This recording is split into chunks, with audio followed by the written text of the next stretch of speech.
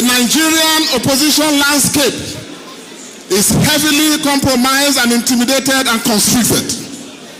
So while they have done what is right, we urge INEC and the judiciary to equally take steps to ensure that all other opposition parties receive fair and proper and legal treatment, and that the PDP and other opposition parties, the Labour Party and all opposition parties, the Social Democratic Party, the African Democratic Congress, and all other opposition parties must strive as well. Multi-party democracy must survive in Nigeria. Now, Nigeria needs a strong party in government, as well as a strong party or strong parties in opposition.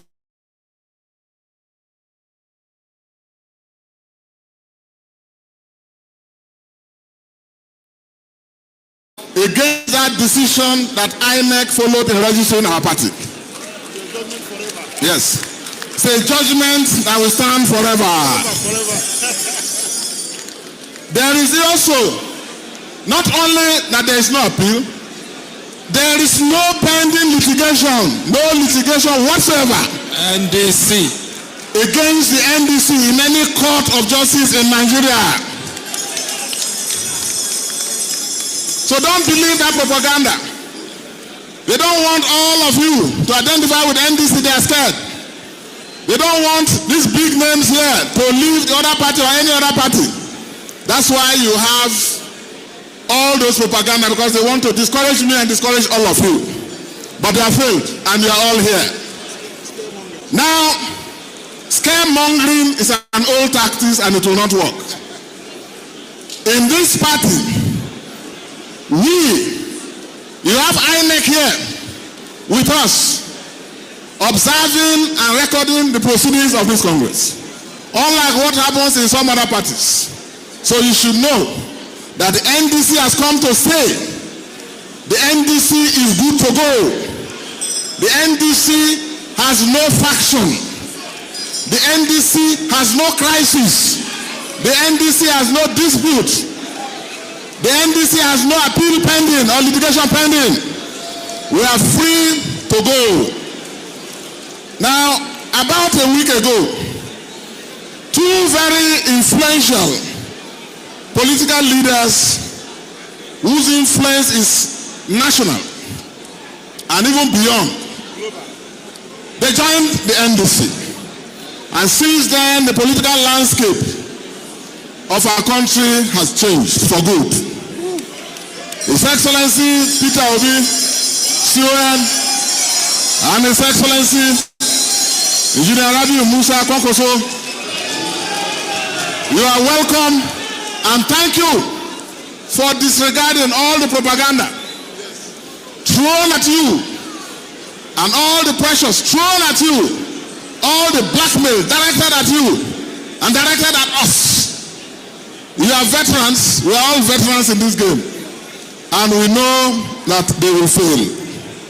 Now, I want to appreciate deeply all the supporters of their excellencies, the obedient movement that is ubiquitous everywhere. They are there.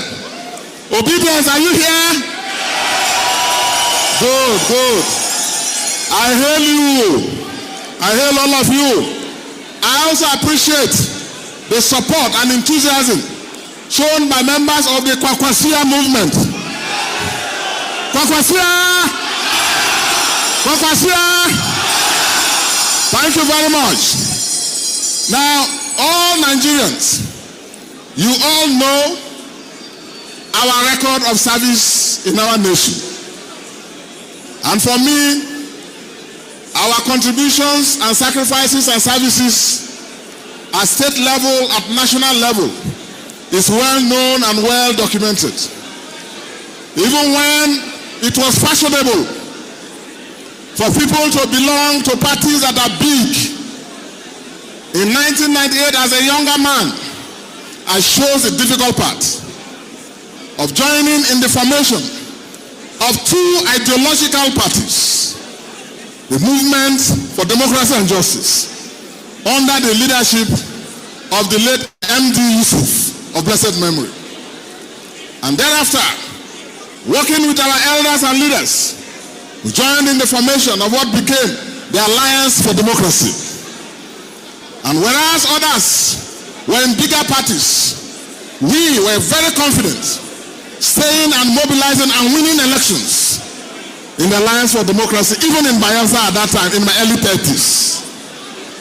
You are all aware how in 2015, with the sudden defeat of the PDP, we became opposition. And the Lord fell on me in Bayelsa to hold the fort and prevent the APC, the rampaging APC at the time, from overrunning the home base. And I led in opposition.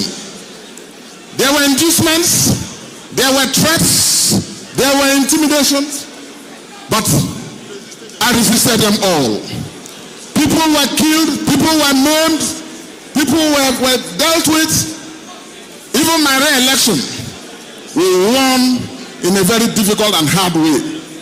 So in me, as most of you know, we have a hard-boiled opposition operative and leader.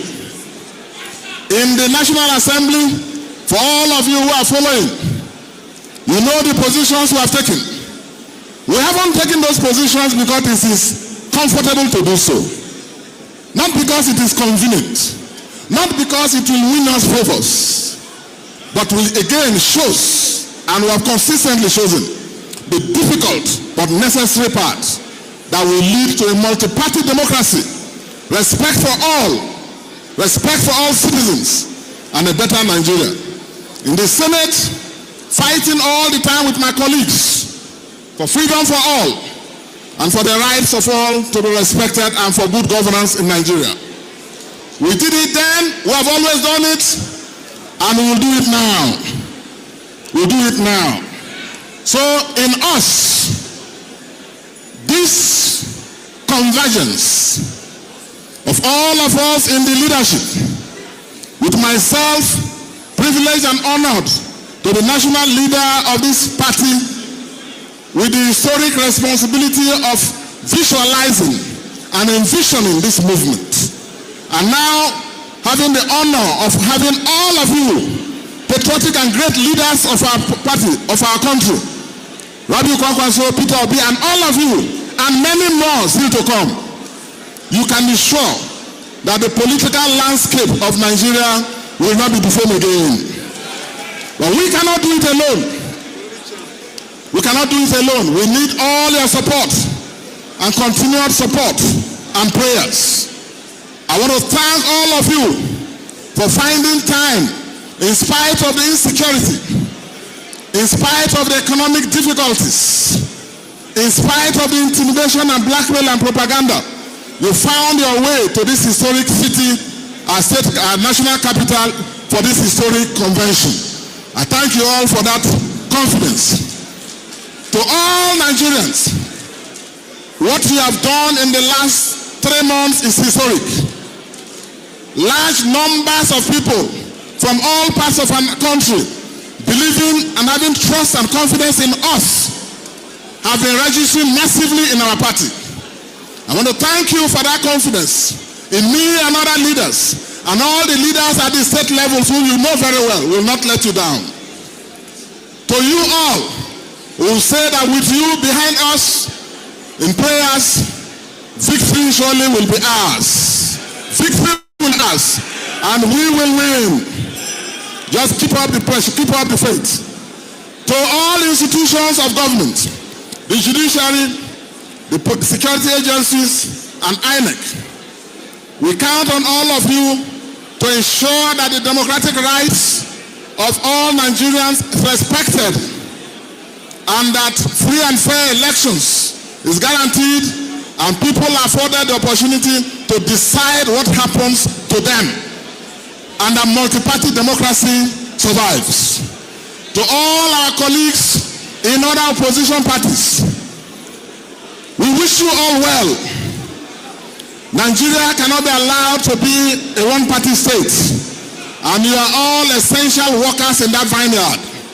We wish you the best. We know all the constraints we are all grappling with. We wish you the best. But if anything goes wrong, just know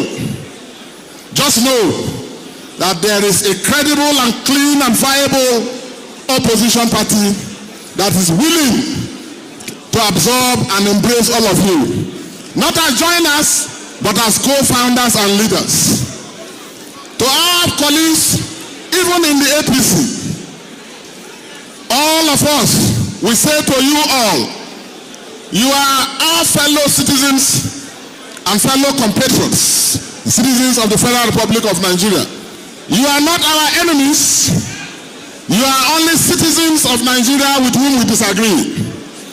And in the next couple of months, going down to the general elections, we shall take these differences in ideology to every ward, to every polling unit, to every local government, every state, every zone of our country, north and south. Our vision of an inclusive Nigeria, a productive Nigeria, a safe Nigeria, a Nigeria that does not talk about divisions, a Nigeria that is united, a Nigeria that will be a pride to all Nigerians and to all Africans. We shall take this message to all. No one in NDC is out to fight or disrespect anyone. But we will not be scared, we will not be intimidated, we will not be induced to say and do what is right. The message of a change in Nigeria will not be abandoned, and it will be carried to all parts of our country. Fellow delegates, a short while ago, in this inaugural convention, in the national interest for which the NDC is established to foster and deepen, we have taken a historic resolution. That is about zoning of the next presidential ticket of our party to the southern part of Nigeria. Yes. And of course, it goes without saying that the vice presidential ticket will come from where? We want a balanced and stable Nigeria. We want a Nigeria of equal citizenship, not a Nigeria of division and grievances. Now, you see, as you go back home, take this message of NDC and the change. We want to build a party that is like the ANC, an ideological party, a party like the ANC in South Africa.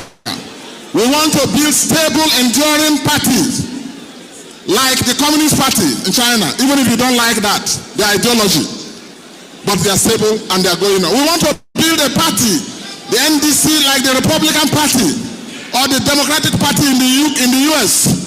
We want the NDC to be like the Conservative Party or the Labour Party or other parties in the West. We don't want a party that is transactional. That's for transactional politicians. That every election time you see a different arrangement. We want NDC to outlive all of us. And this is a special challenge to you, the young people of Nigeria. It's for you, the women of Nigeria. We have crafted the NDC. We are caretakers of the NDC. You are the real beneficiaries and owners of NDC. To take NDC, register, support, motivate, canvass as we move together to deliver Nigeria. I thank you all. Finally, as we end this convention, which has been very historic, I want to, on behalf of the national chairman and his very hard-working team, commend you all. For the past 3-4 months, since December, February, January, people have not rested with all of us. And all your organizing team, all of you, including those who were conscripted last night, they virtually slept here. Thank you for putting on a beautiful show. And I wish you all journey mercies back home. And as you go, arrive in peace, in good health. And may the good Lord strengthen you all and strengthen us. In no distant time, we will assemble in our national capital again. It is like a Christian coming out to tell you that we have suspended Jesus Christ from Christianity. What are you practicing? How does obedience, when you see a bunch of political jobbers, don't take them serious. Yes. Obi is a movement. Nigerians who want a better country. It is not a group or a person. It is Nigerians who want a better Nigeria. So that is what we are striving for. So the group that came out and they removed from obedience, that is one of the problems. In the whole of Nigeria, we have just less than 10 psychiatry hospitals, federal psychiatry hospital. We need mental evaluation for persons who will be used by criminals in power to disrupt a process of rescue. We are focused. We are focused on our mandate to ensure that we deliver credible leadership in 2027. So we are not discussing those persons. We are discussing a new Nigeria that is possible. What message do you have for the youth? What message? I can't hear you. What message do you have for youth of Nigeria? Get registered, get involved. Don't let anybody discourage you. The power of the people is greater than the criminals in power. They do not want you to believe that your votes will count. It will count when all of us come out, vote and protect our votes. Yes. 2027, criminals have had their share. It is time for the people. Once a people, no matter how long oppression has lasted, once a majority say enough, it will be enough. In 2027, we are saying enough. We want to be okay. Okay. Hey, before you go, somebody is asking. Yeah. Yeah. The message is same to Nigerians. Get involved. There is no other country. You cannot allow criminals. Nigeria today is led by the worst of humanity. You cannot allow a country where the worst of you mislead the rest of you instead of allowing the best to serve the rest. We cannot have a country where city boy will go to Jos, cannot enter city but remain for airport. We say no to that dysfunctionality. We want leaders that are human beings, that can think with the capacity to govern, and not persons who are there to parasite and steal from the commonwealth of the people. Enough of that level of criminality. We need good governance in Nigeria. Thank you. My name is Peter for Nigeria. Thank you so much. I'm Barrister Okere Kingdom. I'm a House of Rep aspirant under the NDC. We were in ADC and we were frustrated out of ADC. What P2B did is a clear call by Nigerians that he must be on the ballot paper in 2027 election. That is the clear basis of what he did. Nigerians who believe in a new Nigeria, who believe in accountable leadership, who believe that the suffering Nigerians are going today should come to an end, believe in P2B, and there is a clear call on him that he must be on the ballot box. And of course, you know that by the constitutional provision, nobody runs an election as an independent candidate. You have to be sponsored by a political party. And with all the legal traps in ADC, we saw it coming. And we know that the right thing for P2B to do was to move to another political party. And he did it at the right time. So I want to congratulate him. Now that the NDC has officially zoned the presidency to the south, I want to say congratulations to Nigerians. I want to say congratulations to P2B. Congratulations to all other movement members, all obedient movement members who believe in the presidency of P2B, who believe in a new Nigeria. Let me use this opportunity to respond to my brother Kenneth Okonkwo. He was on Arise Television of recent, where he lashed out on our brother. Kenneth Okonkwo has suddenly become a prodigal son. I think Kenneth Okonkwo is still battling with the euphoria of launching himself into the political limelight of a political spokesperson of a major presidential contender. Kenneth Okonkwo is a replica of what I can call money misroad. Or maybe, let me say, just of recent, I saw him on the television talking about the city boys. And he was making an analogy of Uzumunna and Uzumunne. I think he is a more disgrace. Kenneth Okonkwo is a more disgrace than the city boys, whom he made jest of, of recent. For him to be lashing out on the person of Peter Obi, because the only offense Peter Obi committed, because he gave him opportunity in 2023 to be his spokesperson, and he launched himself into the national limelight as a spokesperson of a major contender. I wish him well in his newfound love. Atiku Abubakar represents the face of corruption. Atiku Abubakar represents the old order. The old order Peter B is trying to change. The old order people like us have been protesting, have been going to court on public interest cases, advocating that Nigeria must be good. The old corrupt system, that is the face of Atiku. That's what Atiku represents. I wish Kenneth Okonkwo is now a prodigal son. The next time he will go on television to go and lash out on Mr. Peter Obi, the ancestors from the southeast might not be very, very kind with him. Thank you so much. Say that the presidential ticket of the party in 2027 shall be given to a southerner and the north to have vice presidential ticket. In 2031, the reverse will be done. By the time the South will have done 8 years, the presidential ticket will now go to northern Nigeria. So that's not leave anything to ambiguity. So we know where we are going to be able to unite everybody on this basis. Instead of saying, oh, let everybody run. If you say let everybody run, Nigeria will never be peaceful. So we have to respect each other. Nigeria has been created by God to coexist. And the only way you can coexist is by cementing forms of unity. Things that are going to divide you, you provide for it on good times. So in NDC now today, everybody knows that the presidential candidate will come from the south and the north to choose the vice presidential candidate. And after 4 years, it will be rotated again. Nigeria's opposition landscape is witnessing a major political realignment as defections from the People's Democratic Party and the Labour Party to the ruling All Progressives Congress continue to intensify ahead of the 2027 elections. With the APC now controlling 31 states and expanding its dominance in the National Assembly, concerns are growing over the shrinking influence of opposition parties and the future of competitive democracy in Nigeria.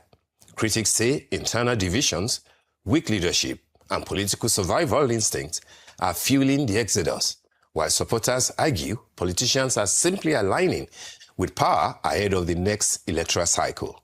Joining us now on the morning show is a lawyer, politician, and social activist, Chris Nwokobia, to examine the implications of these defections and whether Nigeria's opposition can still mount a credible challenge in 2027. Good morning, Chris. Good to have you join us on the morning show today. Good morning, Steve. Good morning. Good morning, Steve. Good morning, Adesua. It's my pleasure to be on with you. Good morning. Thank you very much, Chris. Always good to have you. The last time you were on this very program, I believe earlier this year, we spoke about what might likely happen, the gale of defections and what might follow it. And I remember that I predicted when you mentioned your interest and alliance with the NDC, that it looked to me that that was where Mr. Peter Gregory Obi would end up. As at that time, there were still discussions of joining the ADC, etc. It turns out that not only are you still in NDC, I believe you are, Mr. Peter Obi and Rabiu Musa Kwakwanso have now joined at the NDC and might likely be the flag bearers of the party. While I would like you to assess in general what all this means, does it confirm what I said earlier, particularly about the fact that after all said and done, pitch everything together, crunch the figures, it looked more like NDC for Mr. Peter Obi rather than ADC? Chris. Steve, it is interesting that you made your projections But let me say without equivocation that I'm here to speak truth to power and speak truth to the opposition. And I want to say without equivocation and without any ounce of doubt that what is happening in our political kaleidoscope is troubling. Troubling because historicity hasn't favored what the opposition is doing today. In 1979, we had several strong candidates. We had Chief Obafemi Awolowo of the UPN. We had Nnamdi Azikiwe of the NPP. We had Waziri Ibrahim of the GNPP. And then we had the Aminu Kano of PRP. And when they lost the polls to Alhaji Shehu Shagari of the MPN, the call for a coalition of sorts going to 1983 was preeminent. Well, very unfortunately, because ambition, ego, and aids stood in the way, Awolowo, Zik, Aminu Kano, and Ibrahim Waziri were unable to forge a formidable coalition, and we saw what happened in 1983. As I speak to you, Steve, my last write-up that went very viral about, I said simply, you can't beat bat divided and disunited, speaks to the present issues. We have ADC, we have NDC, we have SDP, we have several interests, all wanting to be president in 2027. And Steve, as you and I speak, I want to talk to Nigerians and I want to speak to the opposition. You cannot beat bat divided and disunited. And I'm speaking deeply. I am beyond emotive predilections and emotional sentiments. No, I'm beyond that. I have come to speak to the conscience of our people. If you truly feel that the APC hasn't done well, then what you must do is organize properly. I've heard over the week ADC fighting NDC and NDC fighting ADC. I've seen the interviews of my brother and friend Kenneth Okonkwo. I've seen the interviews of my brother and friend Dino Melaye. I've seen several interviews, and I want to say very importantly that fighting ourselves is coronating Bola Ahmed Tinubu in 2027 for several reasons. Steve, are you aware that in 2015, when we formed the broad coalition to get the APC against the PDP, we had two major candidates, not three, not four. We had a total 14 candidates. In 2011, when I ran for presidency, we had 19 presidential candidates. In 2015, we had 14 and two major candidates. In 2011, we had 4 major candidates. And I'm speaking deeply here. Going towards the political contestation for 2027, we're going to have several major candidates. The SDP has produced the presidential candidate. The ADC is likely to produce one. The NDC will produce one. And then the APC will produce one. And what obviously will play out is the fact that unwittingly, the opposition will be coronating Bola Ahmed Tinubu as the President of the Federal Republic of Nigeria come 2027. And this is without equivocation. Steve, I'm speaking beyond emotiveness and emotionalism, if you like. I am saying that the time has come for those who truly care about our country to bury individualism, egotism, and individual aids. If we don't do that, the clear picture is that Bola Ahmed Tinubu will return with a landslide victory. And I'll give you 4 reasons. The first is that the ADC is fighting the NDC, as it were, and not the APC. The SDP is fighting the unwillingness or lack of cohesion or coalition of the opposition and not the APC.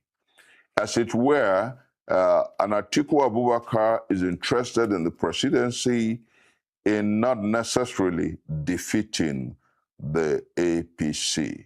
And largely, if you truly care and love Nigeria, there must come a point when sacrifice of individual ambition, ego, and aids becomes primary. And I say this with deep sense of historicity. Steve, a few months ago, I was here talking about Edo State elections and telling Obedience that it was right to vote the best candidate in Edo State, who was at that point Asue Godalo. And they said it was about the Labour Party and the candidate Citizen Akpata. And I told them, no, if you truly want a nation that works, if we truly want a state that works, we should put competency and capacity over partisanship. You know what happened? Citizen Monday Kwebolo won the election. Citizen Asue Godalo came a close second. And Citizen Akpata came a distant third. Imagine if the Obedience had come along with the message of competency and capacity to support Citizen Asue Godalo, we perhaps would have had an Edo State under the most competent governor. But you know what? Steve, as I talk to you today, you know, you made conjectures about my perhaps supporting the NDC. I've chosen, as it were, to be non-partisan. Quote me. What I'm pushing today as I speak to you is what I call the PVCC, Project Vote Competency and Capacity. I've risen beyond partisanship, Steve. I think that if we must make Nigeria work, my movement is Country First Movement. We must look for the most competent and the most capable to fix our country. It's beyond predilections to emotionalism, emotiveness, and sensational politics. I'll give you an instance, Steve, so that I can let Adiswa perhaps, I know she wants to ask a question. Let me tell you, Steve, as I talk to you, that when I pushed for Obedience in several interests who wanted an Edo State that works to support Citizen Asue Godalo, they fought me. Some petitioned me to Twitter, X, and they got my major X handle hacked because they didn't want to hear the truth. On my way here, my brother rode in my car with me. I drove here, and I said clearly that I will speak truth to Nigerians and truth to power. What is important if we must fix our country is to speak truth to power. And I want to say to the opposition, I'm unable to challenge the APC today, particularly with what I saw over the past 1 week, when my brother and friend Kenneth Okonkwo was out against the NDC and Peter Obi.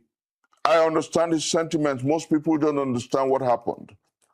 In 2023, I gave up my office in Gwarimpa to the Big Ten to support the Obi Dati candidacy. So many of us spent our personal money. I didn't get a dime from the campaign organization, and perhaps Andy Kenneth Okonkwo.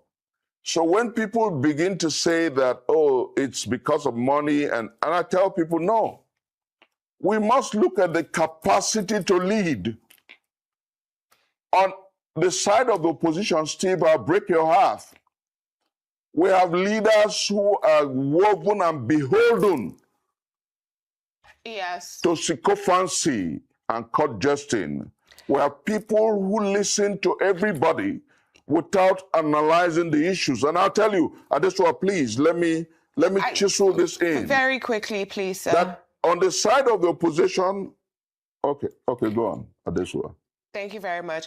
You've spoken now that you consider yourself non-partisan, but you've also spoken about supporting the person with the most capacity. So are you non-partisan, or will you still be supporting Peter Obi in the upcoming elections? I just chiseled in something, Adesua. I'm interested in competency and capacity.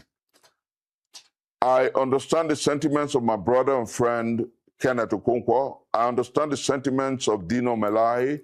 I also understand the sentiments of my brother, Yunusa Tanko. But I have decided, and I have always put country first. I will support the most competent and the most capable candidate by my estimation and the estimation of our people. That's why I'm pushing PVCC.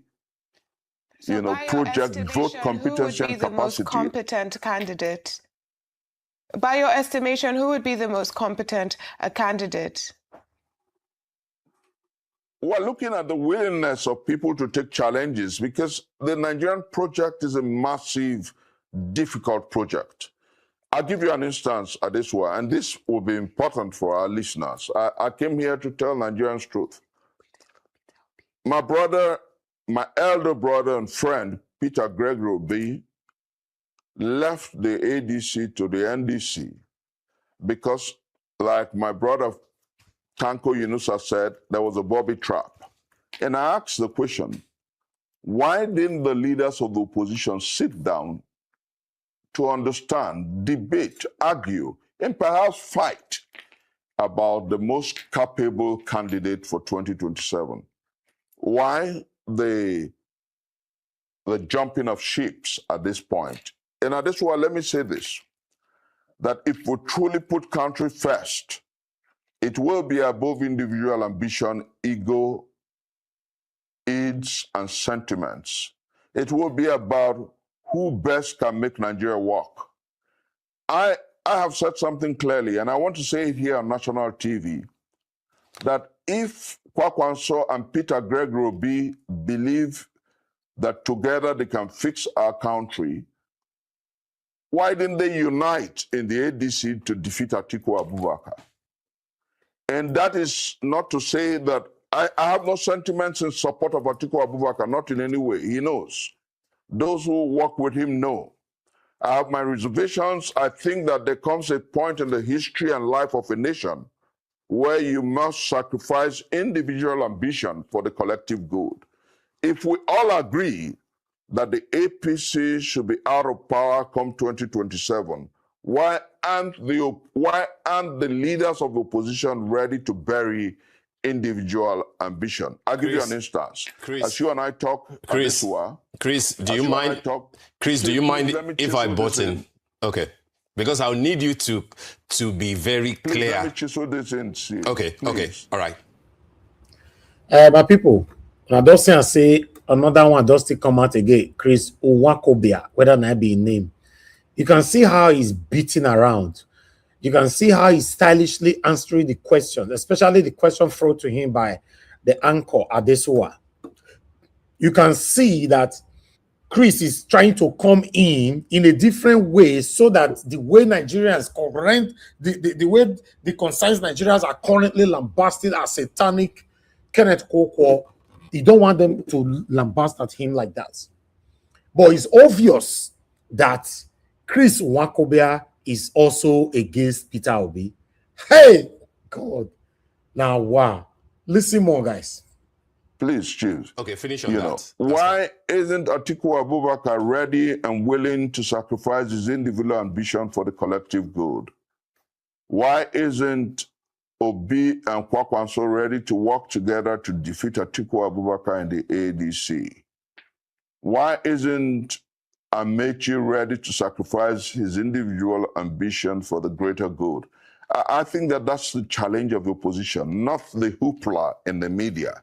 You know, like I said, the time to put competency and capacity and the well-being of the Nigerian people and the hoi polloi ahead of individual ambition, egotism, egocentricity, and selfish ambition is now. And that's my preoccupation.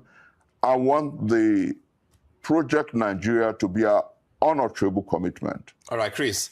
Okay. Now, lie. Chris did not answer that question.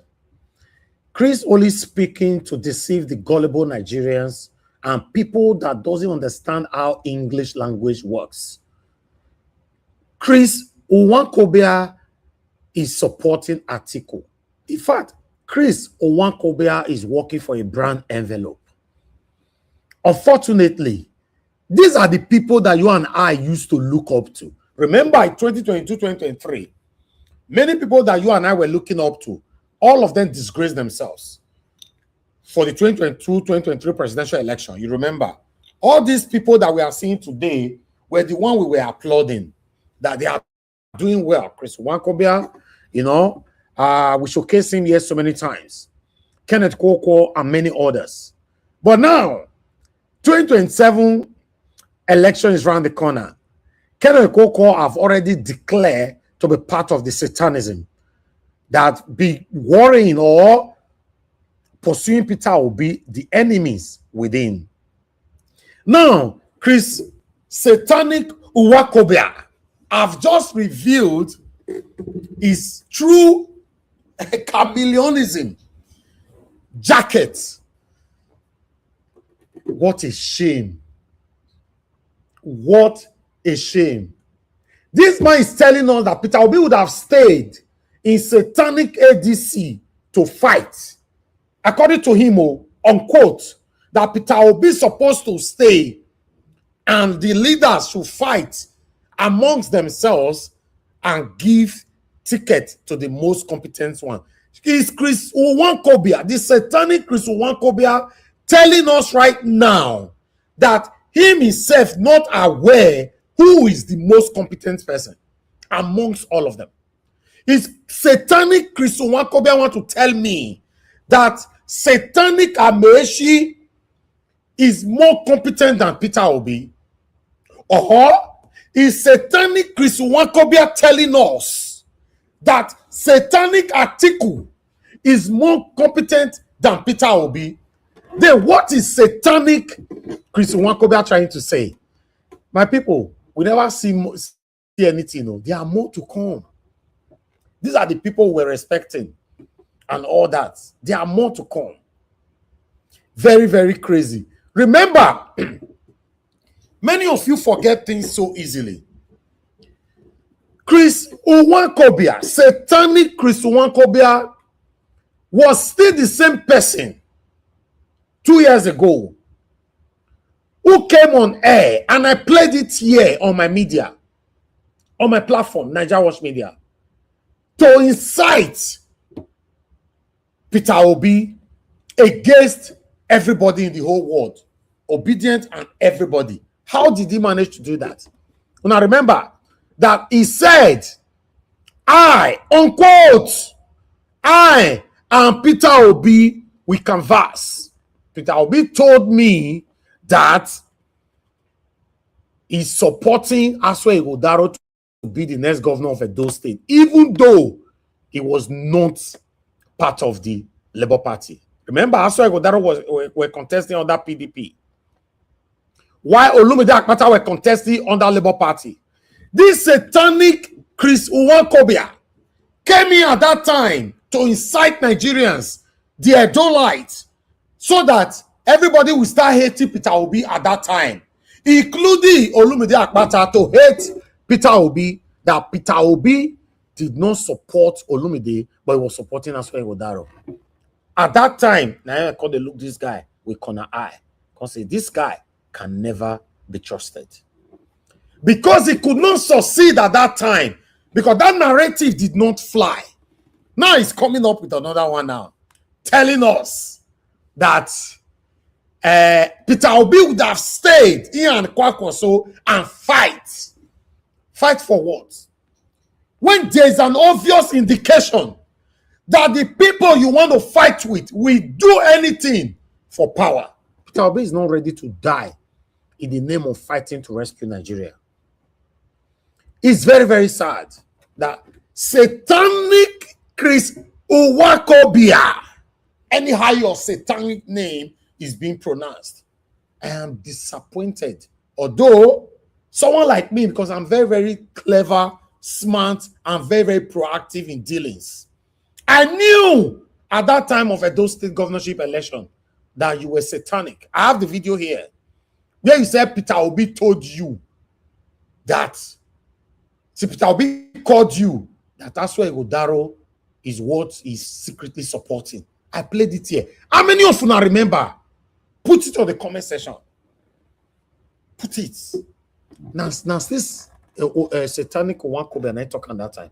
Let's finish this video. We are coming for more analysis. Come back to you, and I will appreciate if you will be clear about your submission, about your response, because one of your favorite phrases is emphasizing the urgency of now, and I'm asking you on the basis of that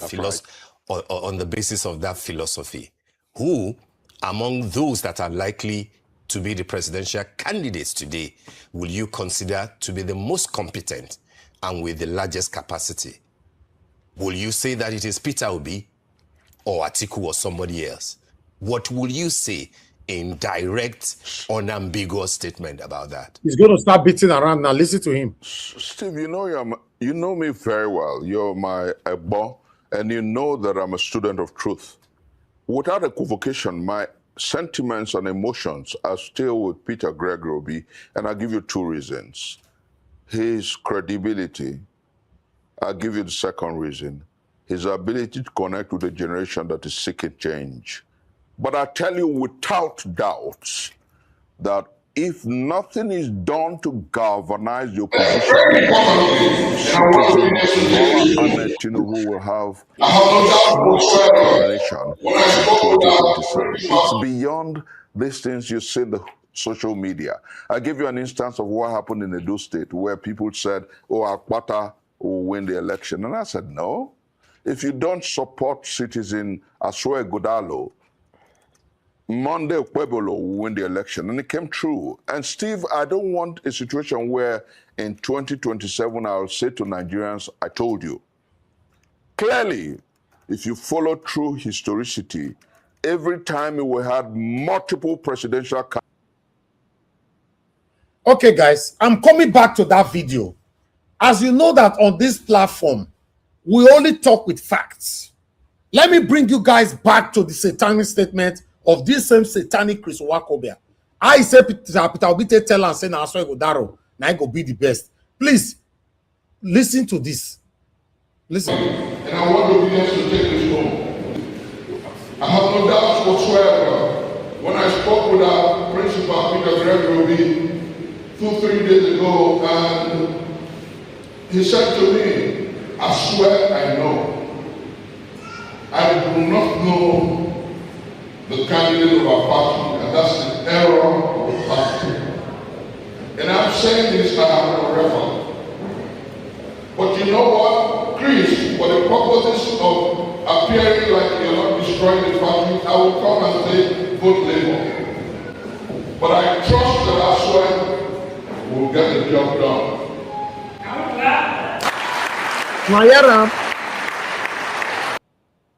We have everything in our archives. Unayeram, that little 49 seconds video would have cost Peter Obi his credible name. But it didn't fly. Why? When people organically and genuinely love you, it will be difficult for people to bring you down.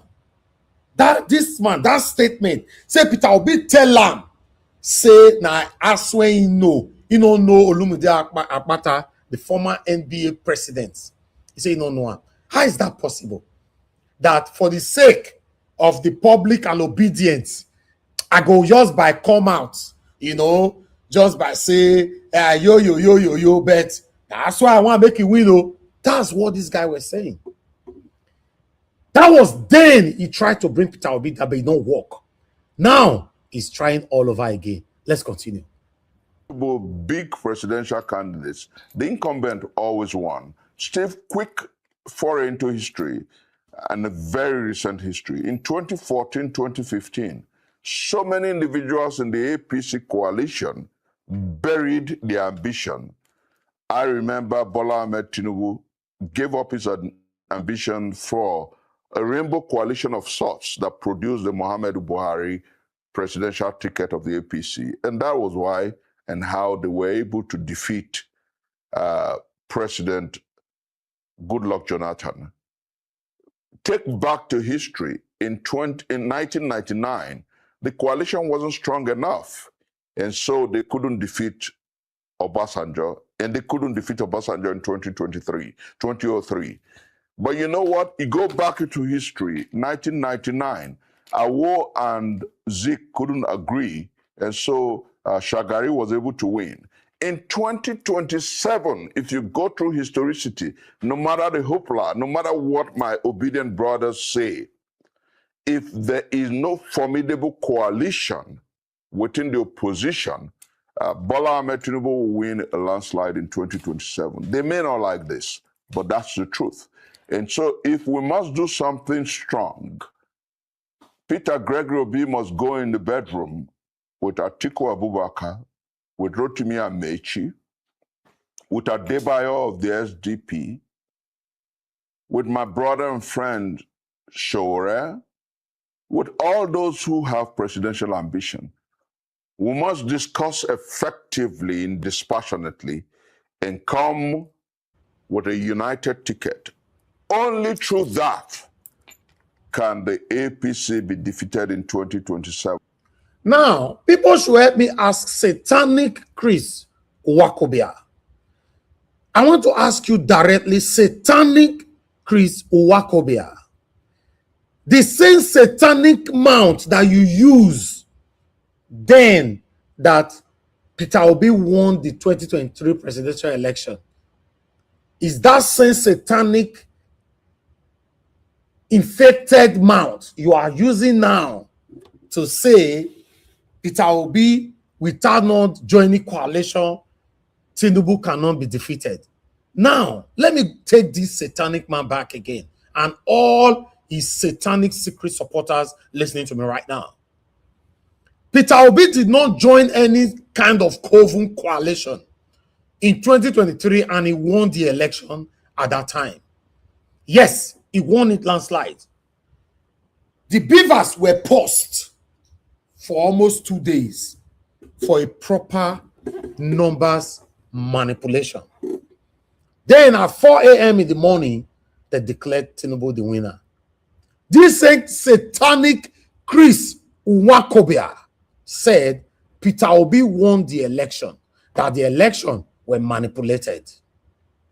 Today, satanic Chris Nwokobia is telling you and I that without Peter Obi not joining any kind of coven satanic group, Tinubu cannot be removed in 2027. That obedient might not like this, but they should take my word. Which word you get where people want to take? You see how all of you don't sell on yourself for brown envelope. What a shame. Any other thing is wishful thinking. And Steve, I want to tell you the truth.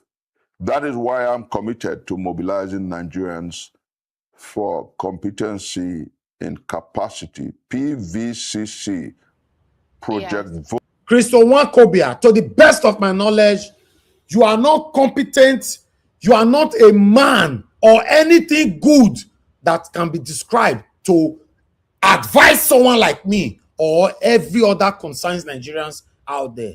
As far as I'm concerned, you are a disgrace. I'm very happy that this election of 18 is disgracing you all. It shows that many of you have built names, but you are hungry. That is why you are bending your mouth to speak at all times. Remember, this same man, from tomorrow now, I'm going to take una back to history. Everything where he talk. You will be shocked. Because I don't play one just now, right? I will be taking you guys back. We have them all in our archives. If you listen to these people, you will be confused.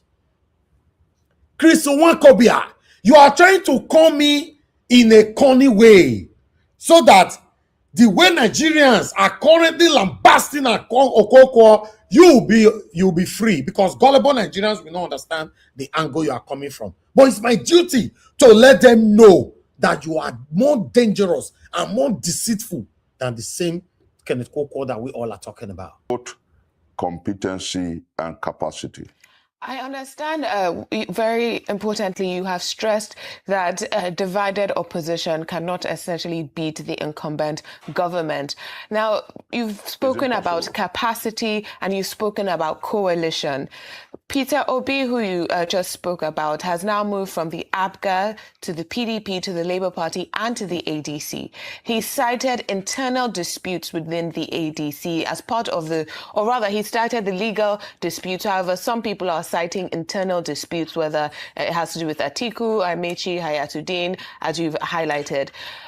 Going forward, in terms of leading a coalition of opposition politicians and considering his antecedents with the different parties that he has been a part of and left, do you believe that Peter Obi is rightly positioned to lead a coalition of differing political interests? And do you believe that, these complex political partnerships can be led by Peter Obi and the NDC?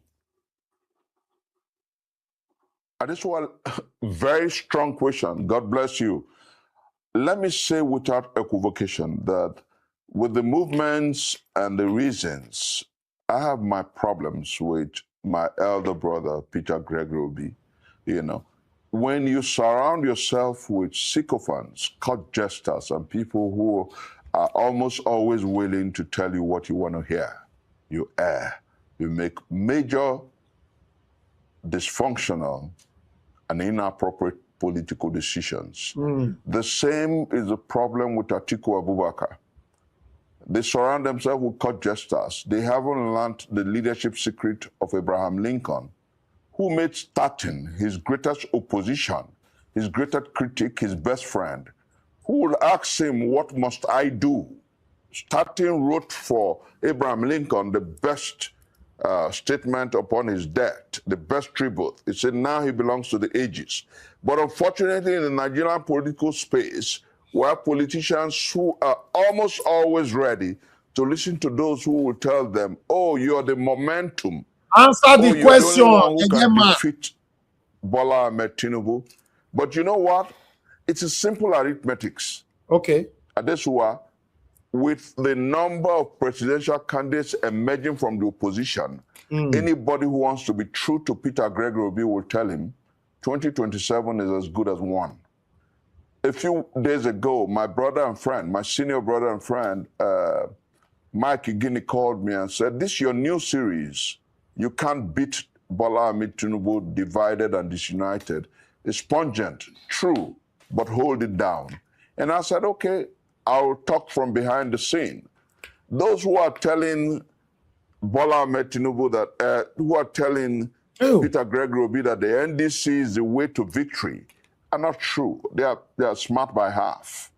Make una help me ask this satanic Chris Nwokobia that what is he suggesting now that Peter Obi would have stayed in satanic infected party ADC and become a deputy to Atiku? Is that what satanic Nwokobia is saying? These people, Peter Obi single-handedly beat Tinubu in 2023. The election was obviously rigged.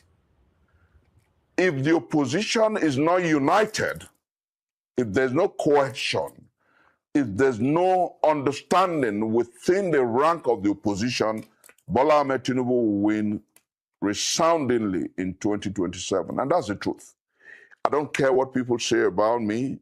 The truth will vindicate me. So going forward, and strictly to your question, Oga, there is no truth in anything you are saying. And there is no single truth that will vindicate satanic man like you. For example, God forbid, Tinubu end up winning 2027, does that make it a truth? Tinubu is the president of the Federal Republic of Nigeria as you and I speak. Does that make it true that he won the election? So what truth are you calling to vindicate you? What I bet not gonna tell me the kind of, is it truth of Igwariake or Luku or Igwabazuwa or a truth of Zimbabwe and you are calling to vindicate you? This man, I'm shocked. I would say to my elder brother and friend, whom I still have deep sentiments and support for, Peter Gregory, now is the time to start talking to those who differ, who do not sing your praise, who do not pre-sing you. Great leadership, according to Niccolo Machiavelli, is the ability to ask those you think do not like you, which way should we go? You know, those were the reasons Andy Kenneth Okonkwo left POB. Those are the reasons why the people in the oppositions are saying what they're saying. But I think that the time to put country first is now. And I want to say that I'm unable to do a partisan support for any candidate. I want Nigeria to work. And if things remain this way, I'm unable to, like Steve said in his opening remark, I'm unable to dance with the NDC. I want a Nigeria that works, and I will support the best candidate and the most competent candidate based on the judgment of the Nigerian people. All right, thank you. Okay, in case you guys are not getting what is happening here, you know, once you collect money, in most cases, the agreement, because I have been approached before. In fact, my last approach is that I shouldn't support their party, but I should be an hindrance in country, right? Destabilizing the submission of the people on this platform and the kind of videos that I bring to my platform. But I don't want to go there. What Nwokobia is telling you right now is this. If Peter Obi remains in NDC, he will stay neutral, not supporting anybody. Gullible Nigerians will fly with that. Because after all, he not support anybody. Niger Watch. Yes, sir. Niger Watch. Yes, sir. See, all these people, let them come and learn political analysis from our platform. Exactly. Before person go put comma, not full stop, we don't know exactly what in a one right. Exactly. You see, you want this man down there talk. You see, I just try to talk him before. The day where I go just get 10 minutes opportunity appear for either channels, AIT, Arise, these three. Now, wow. Now, then go studio, they phone police, make you wait for door. Because I won't hold all these things. This guy is just talking. You know, he feels saying they're clever. Exactly. Exactly. If he say Nigeria. If he say they're clever, the English, I'm in England.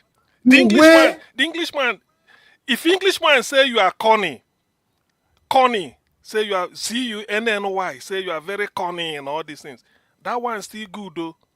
But if they say you are cocky, hey, this man they're cocky, not be corny. Let me tell you, August. Let me round up. Let's listen, guys. Sometimes we might not want to talk or go in depth in analyzing videos. Do you know why sometimes I don't want to? Because I already know I have my panelists that will handle it. But there are some videos that I like to handle myself before my panelists will come in. What Nwokobia is doing now, don't worry. This man is going for another channel. Now, today, I don't go Arise, right? Tomorrow or next, I go see him for channels. Then, a day or two later, you go see him for News Central.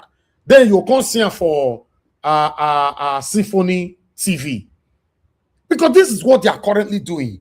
These guys, they have collected brown envelope. It's very, very sad to see that people, some of the people that we applauded in 2023 presidential election, they are the one fighting Peter Obi today.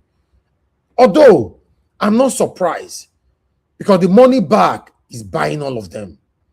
Yes, remember on this journey, not everybody can stand still to protect their integrity. Not everybody can stand still to protect their names because many of them are hungry. Many of them want to live in Abuja. Many of them want to have houses in Abuja through satanic stolen political money. So that's why they are now speaking from both sides of their mouths. It's very unfortunate, but my duty and the duty of my panelists, my brilliant panelists here, is to break that down for you to understand what these people are trying to do.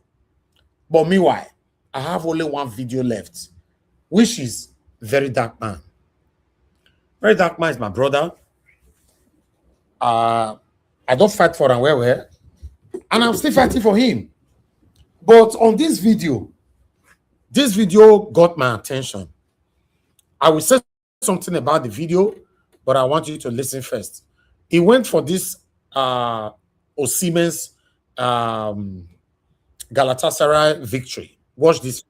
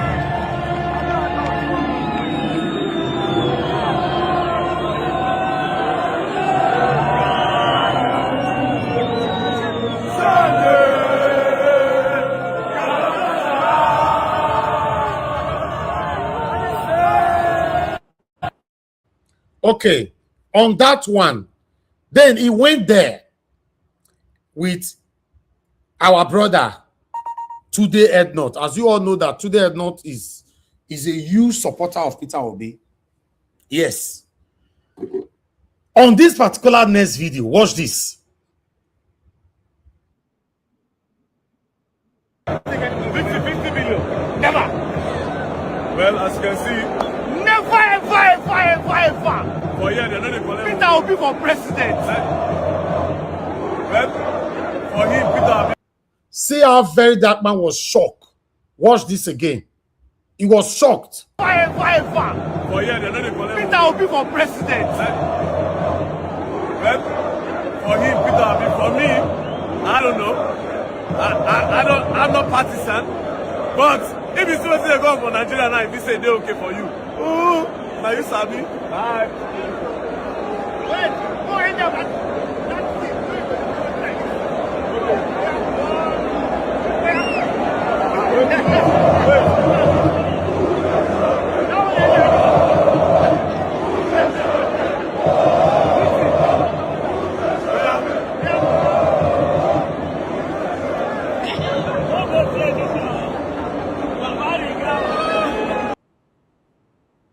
Never. Well, as you can see, never, ever. For yeah, they're not the collect. Peter Obi for president. Well, for him, Peter Obi. For me, I don't know. I'm not partisan, but if you still say go for Nigeria now, if you say they're okay for you, ooh, now you sabi. Bye. Wait, go ahead.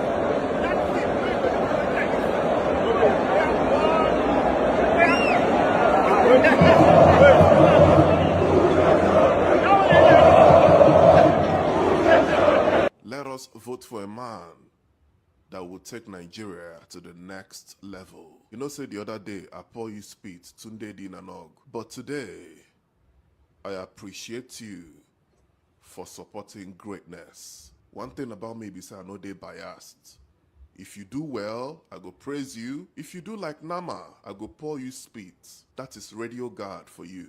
Congratulations to you, Tunde Dinanog, for supporting greatness. Short people not agree for anybody. See the way you fool for ground, you still stand your ground. I am happy about that. But Tunde Dinanogo, if you want to grow tall, stop insulting Wizkid. If you want to be great, stop insulting Wizkid. You and Wizkid not be mates. But you see this one where you do, where you support Peter Obi, I dey for you 100%. Na man you be. Very dark man, you be very useless boy. So you no go fit open your mouth, talk say na Peter Obi you want. You don't they do like political tool or this boy. You don't they do like say you be APC twerker. I just they watch you. So you know if you open your mouth, talk say na Peter Obi you want, abi? Wetin dey happen for our country? They make me cry.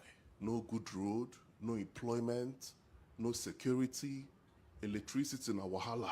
Bandits everywhere, kidnappings everywhere. Our country is sinking. No be say I carry all my trust put on Peter Obi, but I believe say the man will do better. Let us give him a chance. And the guy dey young and vibrant. Na the kind brain we will need. Person will be say if he come out to represent Nigerians, we go dey proud saying our president be this. President go stand strong, talk like human being. No be your Aman Uji. Now, very dark man, my brother. Now, wow. It's very unfortunate to see that you have a platform for a reason I don't know. You don't want to support the moving train. What is the moving train? A train that wants to rescue Nigeria at this particular time of Nigeria. You find it difficult to mention Peter Obi's name in a positive way in your platform. My brother, I don't know why. I know some people might say, no, we would have talked privately and all that, blah, blah, blah. Listen, bro, there are conversations that needs to be discussed privately and there are conversations that need to be discussed publicly. What you did is public. I wouldn't want to bring my own name down in the process of me trying to protect you, which I will continue to protect you.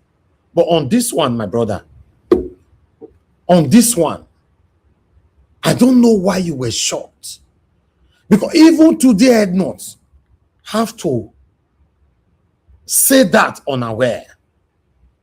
Because he knew if he informed you first before saying it, you will dispute it. And you were shocked.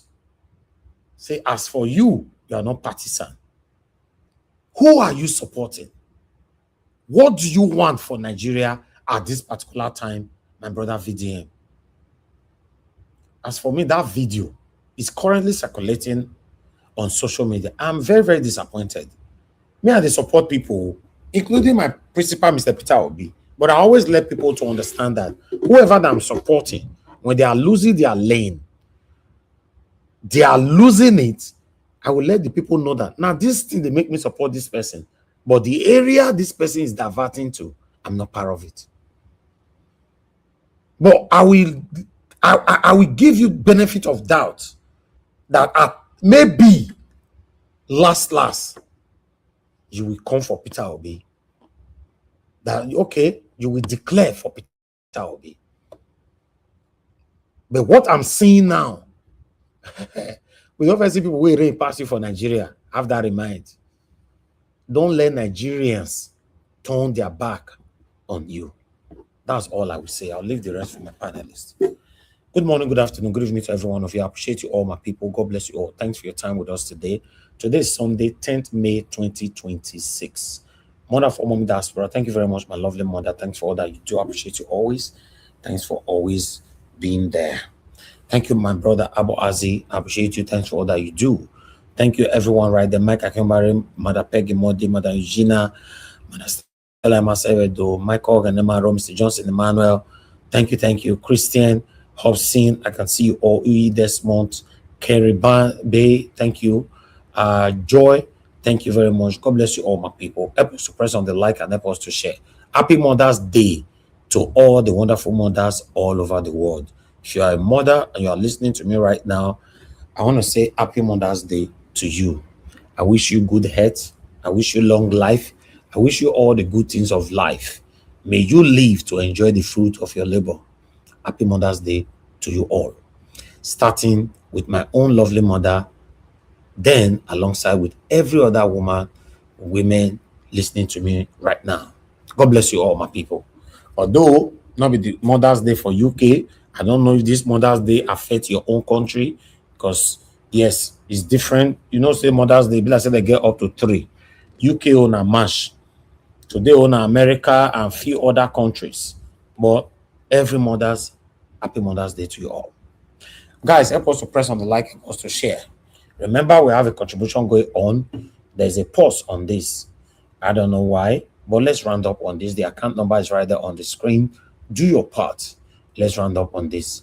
And my panelists, all of you that I paused not to do anything so that we can raise this money to where it is. Now, I will lift that pause. You are now free to come in and do yours. I only posted it at that time because I wanted, my listeners, my spectators, our concerned Nigerians to do their part first. But now, panelists, you can do yours and do your part. I appreciate every one of you right there. Thanks for your time with us. Now God bless you now. I'd like us to start talking. The first person on the panel today is my brother, our Dream Nation. Our Dream Nation, thank you very much for coming in early. And thanks because you paved the way for others to be here today. Please talk to us. Good evening, sir. What's it? What's my brother? God bless you for what you do. I just want to appeal to you. I want you to look into that video that is circulating social media. Who was doing that video? Mr. Naija Watch. Which of the video? That was dark one. Okay. Who was doing the video? Not the VDM, they're doing video. Yes. So I had the video now circulating. If it is not, I want you to read. No, it's not VDM that did it. It was Today None that did it. It's the one that posted it. Yes, but VDM was the one recording. Recording what? That video. Was it Tunde not a video? I know Tunde not posted. It was Tunde Not's phone they were using. Okay, it was Tunde not phone. Yes, you can. Right then. Okay. It was the one that he told the cameraman, he said, "Thank you very much." He collected his phone. All right, which is very good. Okay, I was thinking maybe it's VDM that was recording. Then today, just jump in and was doing that thing. No. It's today. That was why. And that was his mission to mention Peter Obi's name. VDM were shocked that upon the jubilation, Peter Obi's name just came from nowhere. You go continue to the shock, sir. Okay, I support you. Because when I look at it, I thought maybe the video was coming from, it was VDM phone that was recording. So I was thinking, if it was VDM phone that was recording, why would he release it if he was not in support? So that was why I said, okay. But now you explain like this. Watch this last part.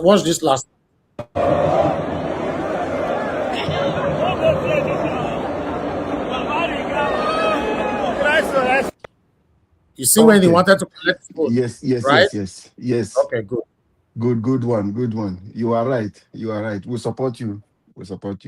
Now, those of you who go come criticize our brother Naija Watch, and don't they lash VDM now, because that is who he is. I'm telling you, he will come back when you do the good one. He will come and bring you and praise you.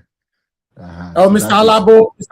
My submission here doesn't have anything to do with those people trying to lash me or anything. Whatever they want to think is their cup of tea. I lashed VDM heavily when he was having issue with Showore. I supported Showore. Hold on now, who be this? Don't be on mute any give us a mandate when somebody they talk, please. I'll ambassador at VDM supporting Showore heavily here. So my submission doesn't have anything to do with them. It's their cup of tea. Thank you, sir. Yeah, my brother. I just want them to know, because I know that the other day they were on comment section disturbing you. So I just want them to know they should listen to it, because we know you. You are not somebody who is like that. We will drag you out now. Even your panelists, we will start it. That is it. So that is clear. Well, VDM is playing his card, but let's not go. We'll have a bigger issue, which is the elephant on our head is Peter Obi. Any other issue are distraction. So we just want to focus on the direction we are going, which is a new Nigeria is possible. So all these other ones, they are purely distractions. So Nigerians, let's remain focused. Our market and our business for us to sell to Nigeria, which Reno Omokri has helped us to sell it. He thought maybe he wants to criticize Peter or he wants to do something for his master. He doesn't know he's helping us to promote Peter Obi. That is one thing they don't understand. You carry camera, give somebody to go snap a video you to go meet. Why? Why must it be Peter Obi? It means he's a very important person. He's the man of the day. He's the man of the season. So everybody wants him. So Nigerians, you can see, he's ambassador to, they send him since he criticized our president that is a drug baron. They sent him to Mexico, where the business is going on, so that they will initiate him fully into that, so he will not have mouth to abuse anybody. He will be part of the cartel now. So he's helping us to promote Peter Obi. Nwokobia or anything. Mr. Najawat, you said everything on that one, however. Let me just, these are people, it's just like yesterday, I decided to keep quiet.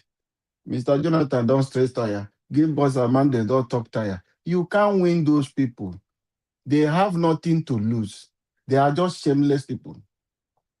They will come, their business is to come on a platform and cause confusion.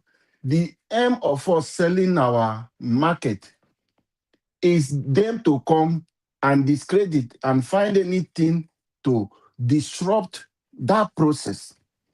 So when you see them coming that way, avoid them. I just kept quiet yesterday. I didn't want to speak because their whole essence is to disorganize the platform. But we thank God, Nigeria Watch was busy. He didn't even, he said somebody who doesn't have time for those, just leave us to do our own thing as panelists. Because their essence is, oh, we'll do like that, oh, we'll do before you know, okay, maybe. But Nigeria Watch is not something like that. They will just come and close and say, okay, everybody go. We are not saying anything. These people are not matured. So for next time, if they come, you already know these people. Let us focus on our business and continue to sell our business. Their aim is to stop us from doing it. These people, Tinubu have already settled them.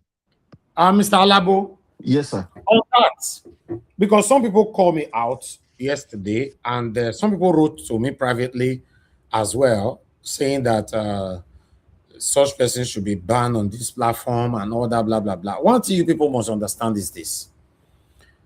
If you don't have confidence for yourself, me, I have so much confidence on my panelists. Like Ogasim, you're talking now. You're talking just now. As you they drop your deceitful submission, people are here to counter you. Even though I say me they're not disrupt, they will, as long as they don't already know, say you they lie, they will disrupt you. That is the beauty of the platform. You can't ban this, ban that, ban this, ban that. It doesn't work like that. It shouldn't work like that. You ban everybody, Philip, that's not fly.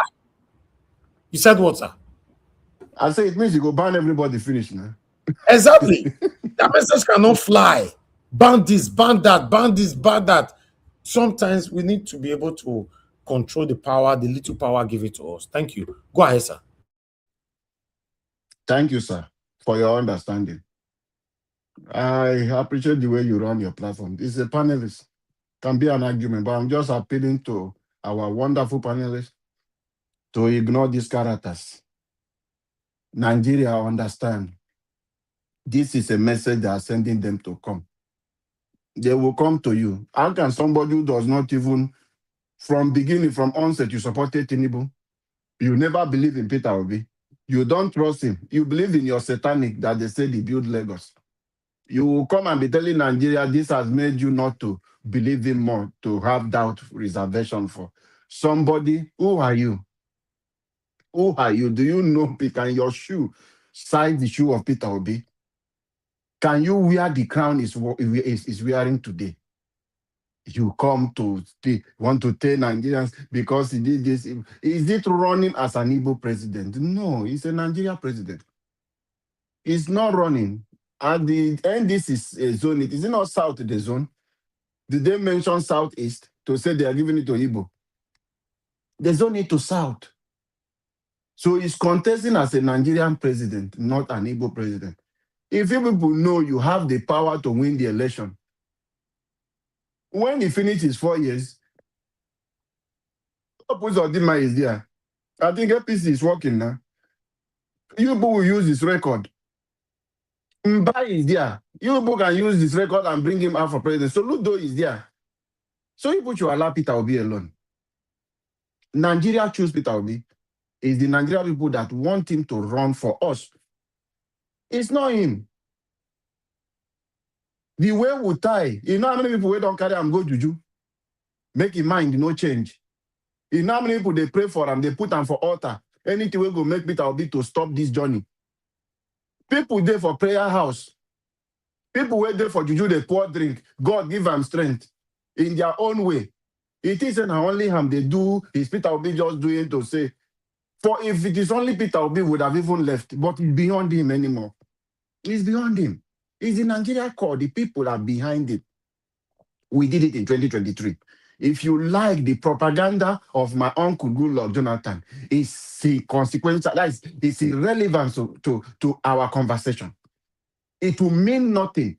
If you like, even Peter Obi's wife to come out, it will not divide our vote. That is the extent you should understand.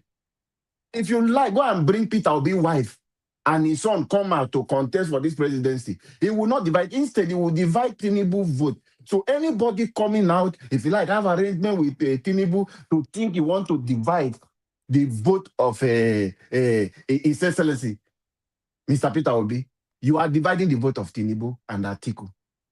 We have already taken it.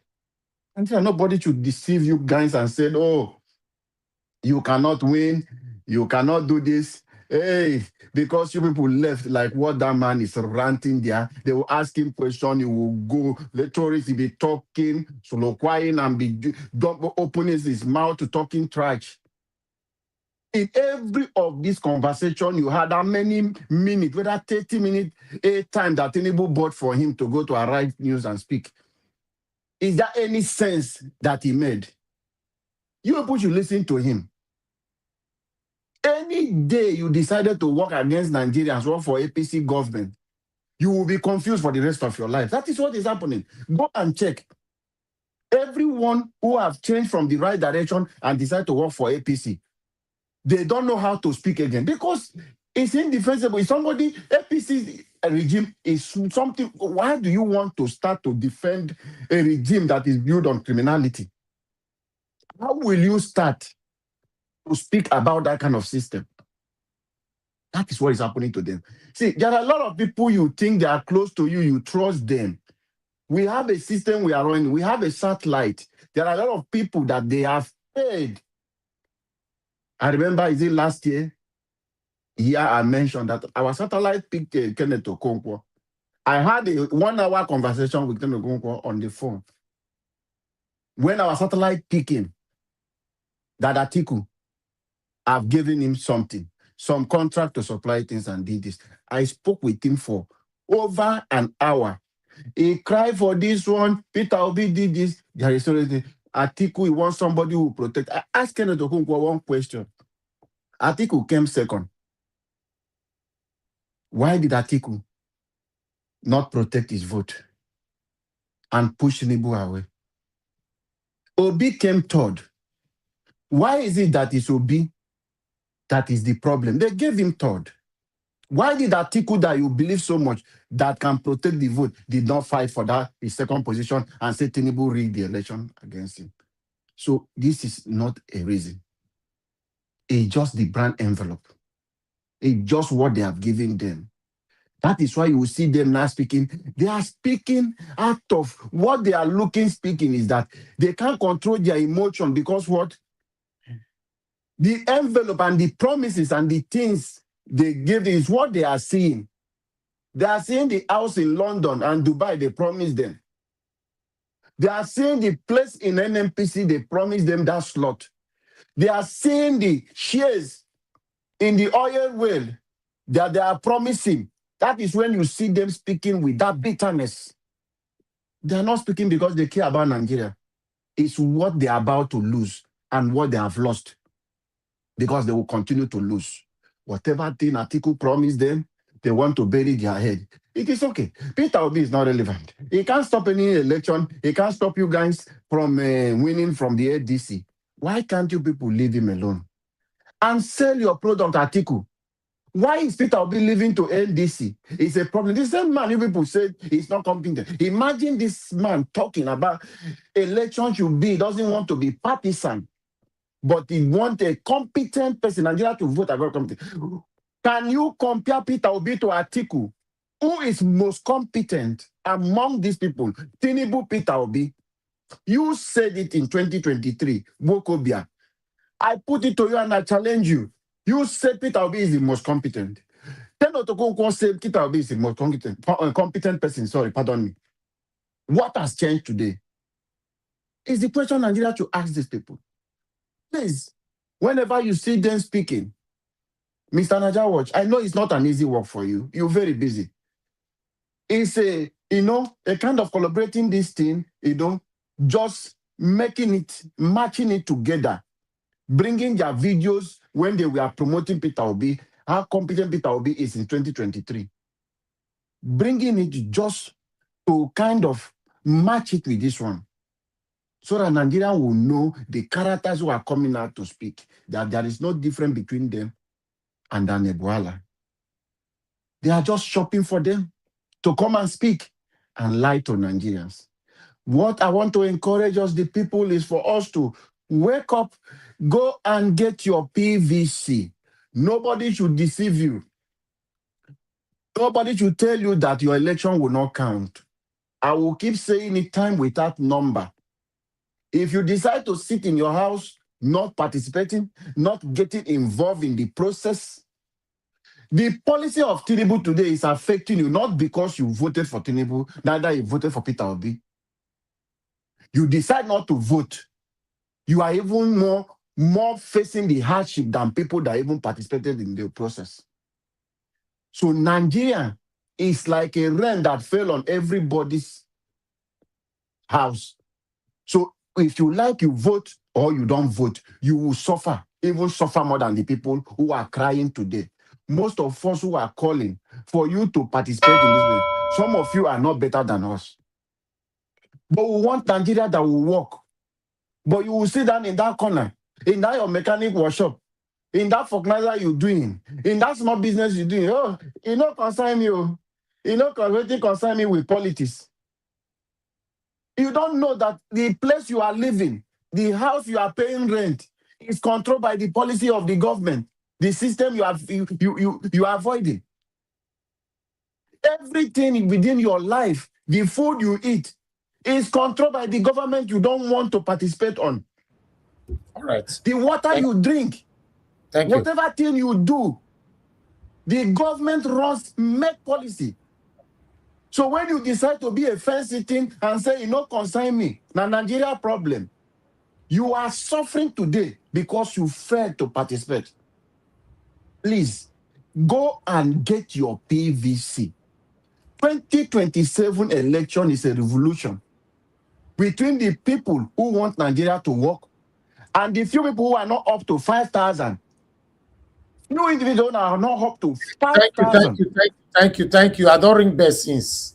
Oh, I know here. Naija Watch, I beg, I know here. Okay. Pardon me, I know here, I beg. Maybe now my earpiece one day. I know here the bed. Pardon me. Okay, thank you. Thank you. Let me leave. Thank you. God bless you, sir, for the opportunity. Thank you, sir. That's fine. Thanks for your wonderful submission. I appreciate you. Guys, press on the like. Nobody don't buy me coffee today. What did they happen? I don't offend people again now. You know, please help us to press on the dollar sign. Encourage our work here. God bless you all. Okay. Let me come to Augustine before Mr. Jonathan. Then followed by Give Us a Mother. Augustine, unmute yourself. Talk to us. Good evening to you. Okay. Good evening, Niger Watch. Good evening, everybody. Those on the chat, those listening wherever you may be. Welcome to the show. Well, let me first. There's something that cropped up when I was thinking. I just said, let me quickly touch on it. Just maybe President Jonathan saying that he will consult widely. I mean, he will consult because the pressure is on him to come and run. President Jonathan should know that nobody takes presidential oath of office more than 2 times. He must know this. Even without being told, nobody takes president in a where you run what is it called, presidential system of government for 4 years like in you don't take more than 2 times. President Jonathan took presidential oath of office in 2010 when Yaradua died. He carried on till 2011, so that is once. Then by 2011, he took another presidential oath of office. That's twice. The one that led him to 2015. So he should know. Whether he's consulting, I don't want to hear that. He should know. Maybe 20 or 16 years later or 17, 12 years later, he now want to come back again.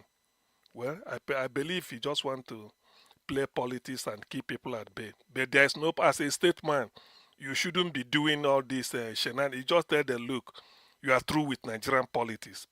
You can only support a good candidate. That's all. Like Obasanjo is doing.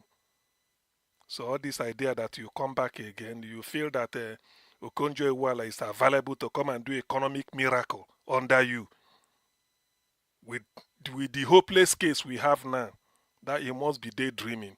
Or you come to Southeast, we give you block vote. The way they gave you that time, you are daydreaming. That's by the way. Then on Nwokobia's dribble, you see, do you know one thing? I keep saying it here. The problem with Nigeria is that the people that went to school, they always like to use this, what is it called? Sophistry. Not grammar. Grammar is different. Grammar is... The Englishman speaks the real thing, where I am. They use sophistry. Sophistry. Abraham Lincoln said this. Make you bring your enemy. Make your best advice. All those things are sophistry. The question is, survey those that are indicated interest. Who do you think is the best? You don't want to talk. You are still talking of Peter Obi should be in ADC and fight it out. The best candidate. Who has ever done that? When they went to Ibadan, when Peter Obi joined that ADC, he was reluctant. It was because of him. Because what is it called? El-Rufai wanted SDP. I don't know what happened. So because of Peter Obi, they said, we are only coalescing. You can still be in your party and be attending meeting. Sure, I remember the milestone. So Peter Obi was in Labour Party, still hoping that they will implement Supreme Court decision given on April 4th or so last year against Abure, so that Abure will get out and then Nenadi Usman will reorganize the party. But INEC, who walked out Abure twice during their meeting of party chairmen, Abure turned up, I think in 2024, very early. They walked him out. Twice they walked him and said they don't recognize Abure, that his tenure has elapsed. And what that means is that Labour Party will never have a candidate for a Edo election. That's made Alex Oti and the other Labour members to rally around and then got Nenadi Usman as caretaker chairman, which INEC agreed with. Later, that's the INEC that had rejected Abure. Abure went through the court up to Supreme Court, and they are saying Now they are studying the judge. You see, forget everything is targeted against Obi. Now, when Obi came, let me come back to ADC. Obi came. Obi said, "Look, he said we are not. I don't want a coalition just because of a grab power. What are we using it for? Let us specify everything. That maybe the person who will take over from me, fam, because I want 4 years, will now be doing 5 years." Obi said all this, and it should be rotational. Obi said he said it. The geopolitical zones, let's rotate 5 years. He said the person take if I do my 4 years, the person taking after me 5 years, we start making it 5 years. That should be okay. They were dilly-dallying, say let them reorganize first. They were doing all those things. Eventually, they said they are going to do two things, either consensus or direct primary, and they favor direct primary. That's why Obi was going all over the place campaigning, going to Abuja with Dr. Mo. None of them showed face to go and campaign with Dr. Mo in Abuja. It was Peter Obi going for ADC candidates in Abuja, though it didn't work out. Now, what happened was that idea of going to Ibadan to go and do that nonsense they did at Ibadan. I've never had that opposition about 10 parties, because if we have 18, it then means that 17 are in the opposition. SDP, all of them, Zenith Labour Party, Showore's AA Party, Accord Party, ADC, Labour Party, PDP, all of them. He said all the opposition will present one candidate. When they came back from Ibadan, because that's the communique, when they came back from Ibadan, Peter Obi asked, what about our zoning this thing? Is there nothing we didn't... Madarita, we can see you. We are not say what of the zoning? They say no, we don't. I say nothing. There's nothing. Nobody. We are not nothing. They were quite silent. Peter Obi asked again, what about this zoning? Despite the fact that they are saying all the whole opposition will present one candidate, PDP has already zoned their presidential ticket to the south. Zenith Labour Party to the south. SDP to the south. Labour Party to the south. Even including APC, because Tinubu is running, so it's also to the south. PRP to the south. It's only ADC they were pussyfooting, those Peter Obi said no. That's why Peter Obi left. That's why he said Peter Obi, that is the reason.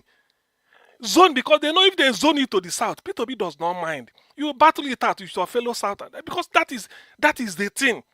It was this same Atiku that championed power must go to the north, says the turn of the north. He championed it. When Yaradua died, he went to Jonathan. He said, this is the northern turn you are doing. Despite Jonathan being a sitting vice president and the constitution is supreme. Mind you, the constitution that we say the next person. Ordinarily, when a president ceases to exist, within 1 hour you swear in the VP. You don't waste time. Atiku went to Jonathan and said, look, step down. Now it's the turn of the north. I will take over. You will deputize me. By 2011, which is next year, because this was happening in 2010, it will now be the two of us will now run. So I do another 4 years from the north. I'm doing a Yaradua, my junior brother, Omar. Jonathan said no. It would have been a shame that Jonathan should be a vice president to Yaradua. The person you are in the same joint ticket with, now passed on. You will still be at a vice. Somebody who is not elected, anything will then come in. That is Atiku. Jonathan refused. Then he now spearheaded. He said, okay, I'll allow you to finish. By 2011, I will be the presidential candidate. You will be my vice. So Jonathan will be vice to Atiku. Be vice to Yaradua and be vice to Atiku. This is Atiku's antecedents.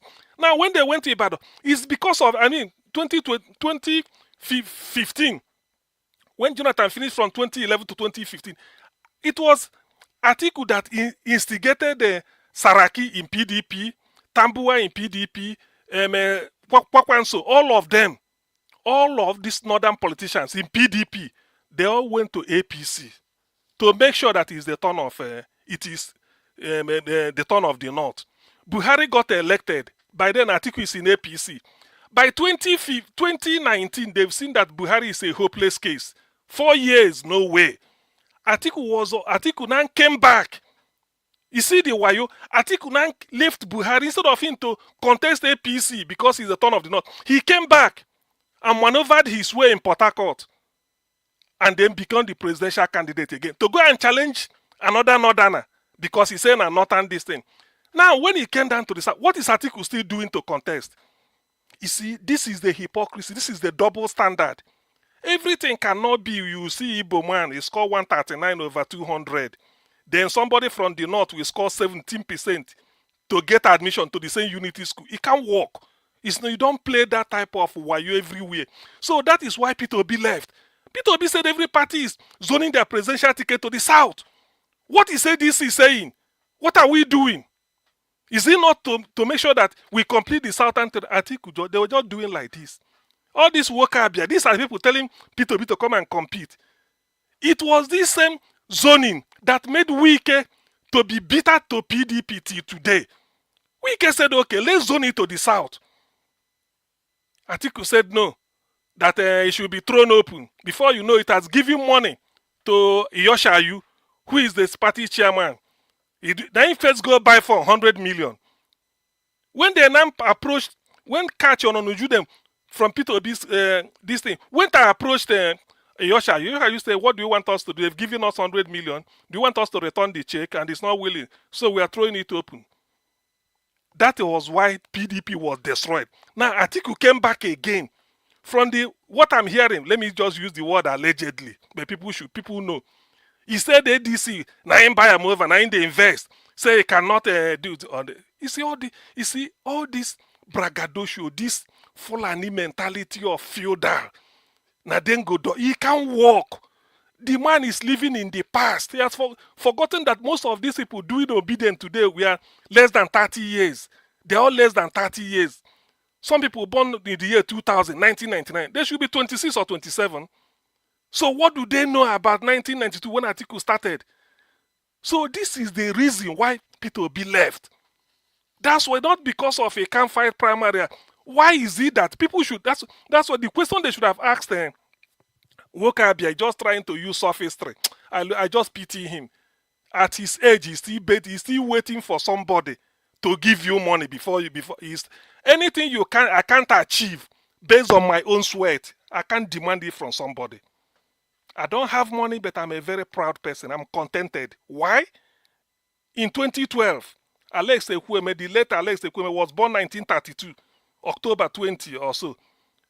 By 2012, he was 80 years old. They asked him, say, Alex, with your age, you are still strong, playing all this lawn tennis, but double, all this. He said, because I'm contentment. He said, the little God gave me, I'm so contented. Ask anybody. I learned a lesson there.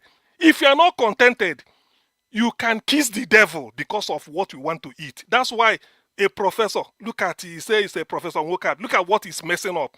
You are dribbling yourself. Why is it that of all the party in Nigeria today, only ADC is silent on zoning? Are they the wisest? Tell me a party today in Nigeria that did not zone their presidential ticket to the south for 2027. Just tell me. Tell me. They've all categorical. Except ADC because of Atiku. Atiku has oil well. Oil, a barrel of crude oil, maybe $200. Atiku will say sell for $70. I don't care. He bring the dollar and share them. That's why they are flying to his patronage. Very shameful. Thank you very much, Niger Watch. All right, Augustine, thank you very much, sir. I'm always happy whenever you come here to join us to deeply analyze their satanic agenda. Thank you. Thank you very much. I appreciate you. Yes, thank you very much for the super chat. Blessed lady, I'm very, very grateful. God bless you. Grand, thank you very much for the super chat. I'm very, very grateful. God bless you. Your pocket never ever run dry. God bless you. God bless you all, my people. YBC, we have 500 people currently listening to us. 500 though. 500 people listening to us right now. 500. Now only 2 person. I click on dollar sign. 500 though. We not even if you get 10% of that 500. We go click on dollar sign to say, okay, let's encourage our brother. Like I've always said, remember you are the one paying me. Yes, you are the one paying me, not the satanic politician. That's why you see I can genuinely, organically vibrate and speak truth to power here. 500 people listening, and we have only 2 people that super chatted me. Okay, let's assume, or let's call for the remaining 8. Let that 8 now, even though I want $1, because your platform is more beautiful, more recommended when you get super chat all the time, so that you don't think that, oh, is a way for us to be taking money from you. Just do $1, but at least the remaining 8, do $1. Do it there. Let it complete 10 people. That would be nice. God bless you all. Thank you very much for your time. All right. I would like us to move on to our guy, Jonathan. Thank you very much. Good evening to you. Please talk to us. Yeah. Hello, Mr. Iris. Yes, sir. Happy Sunday to you. I greet you.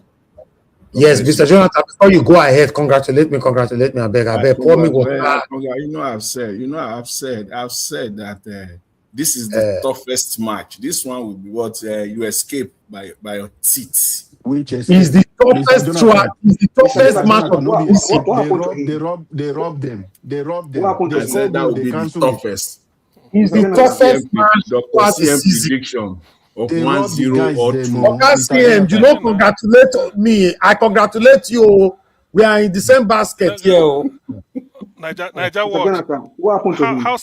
How someone said how all this one where Jonathan they talk, how this what Hausa people call him Labari.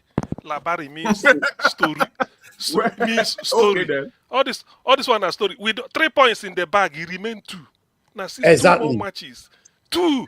In fact, we get 3 finals. Now 3 finals. 3 finals. Yes, remember 3 finals. 3 finals. 1 final finals don't go. League. One final. One final in Hungary. Now there we go demolish this thing. I beg forget 2 trophies. 2 trophies. Dr. CM, I hear you. I don't tell you see it is not over until it is over. However, okay. You escape today by your teeth. But Mr. Jonathan, he say escape. What happened to Mr. Okay. So you said trap for us before. Make we na trap. You say it. You don't know saying that. Hold on now. I'm asking a question. Your question. Nobody will answer your question. Oga, go and sleep. What happened to Niger Watch? Go and sleep. Na trap. Una been they said for us.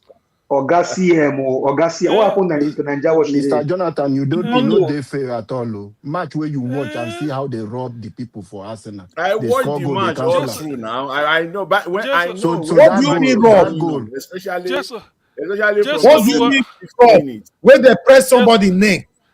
Just Oluwawa. Hey. So now children not the physical match. Now children they play ball. I bet let's go. What's happened today? Now what's happened today?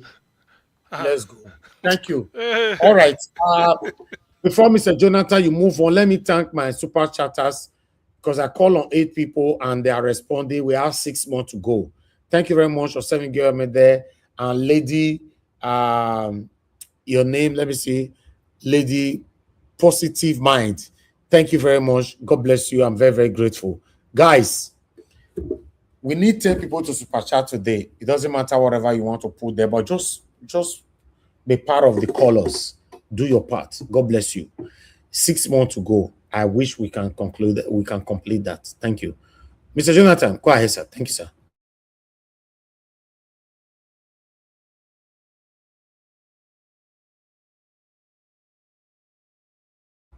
Where's Mr. Jonathan now?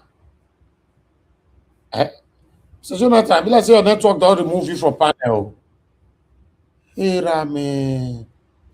Mr. Jonathan, yes, what did they happen? All these people wait. Now you Arsenal fan now. Now they gag me today. All these people hate Arsenal. Now so no matter they be na network always failing. Oh my goodness. Don't worry, Dr. CM. Hold your breath. There's still one more tough game that you have to encounter. That Crystal Palace match.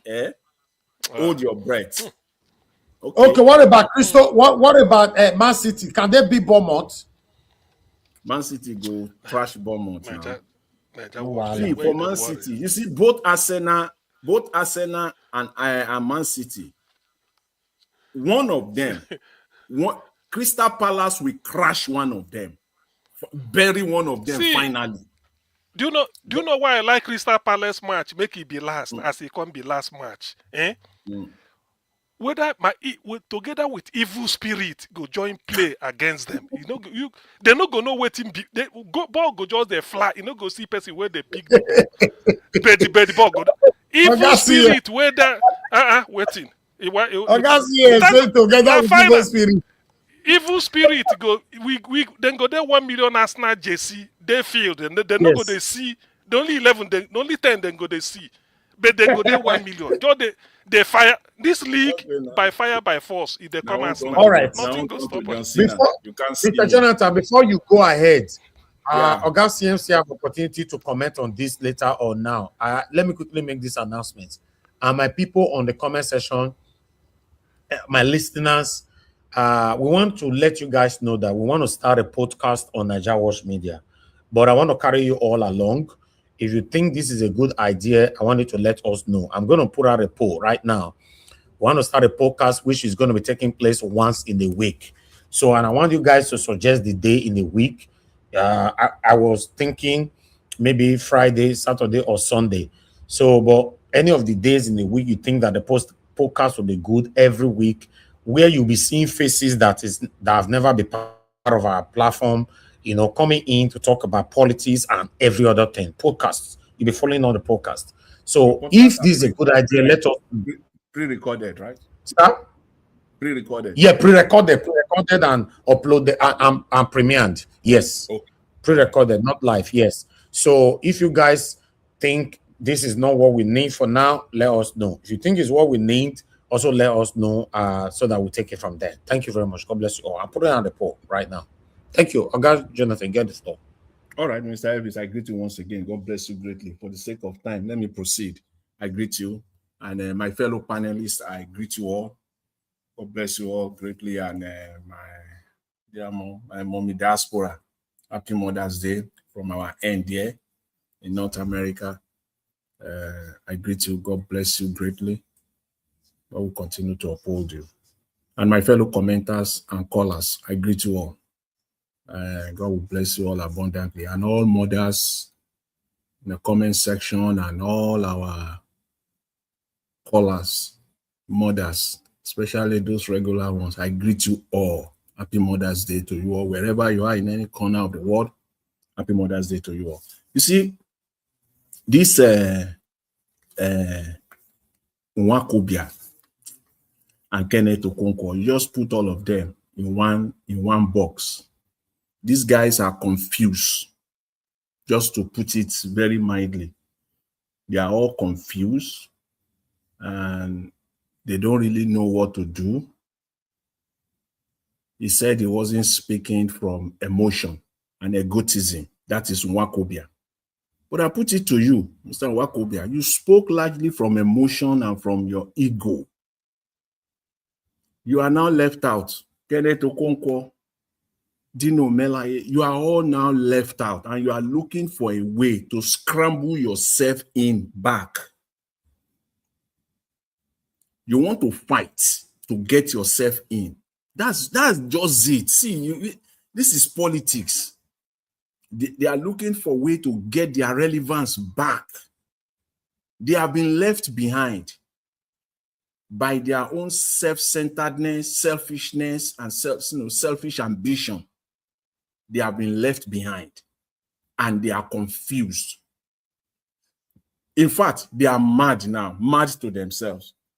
And you will hear more of this. But it is important for us to lay it out and to debunk their lies. When you see confused people in this Nigerian political terrain, very easy to identify them.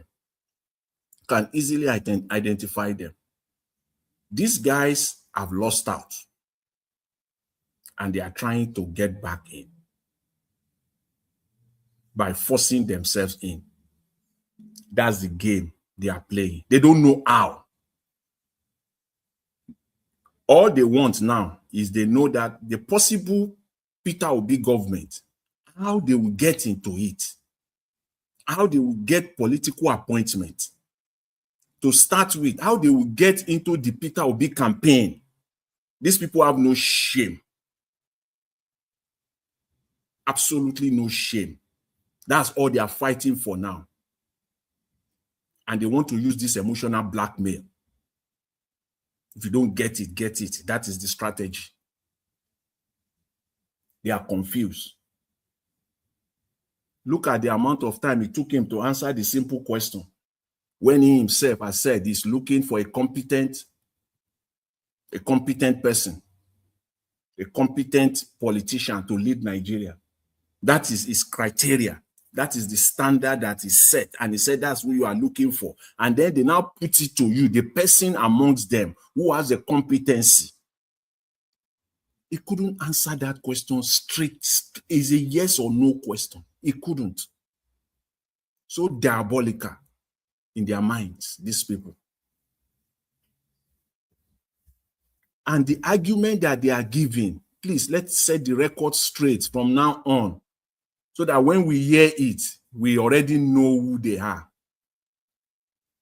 This argument, the reason they are giving, that the oppositions are not together, and that because the opposition are not together, it will be a free ride for Mr. Tinubu come 2027, is a lie.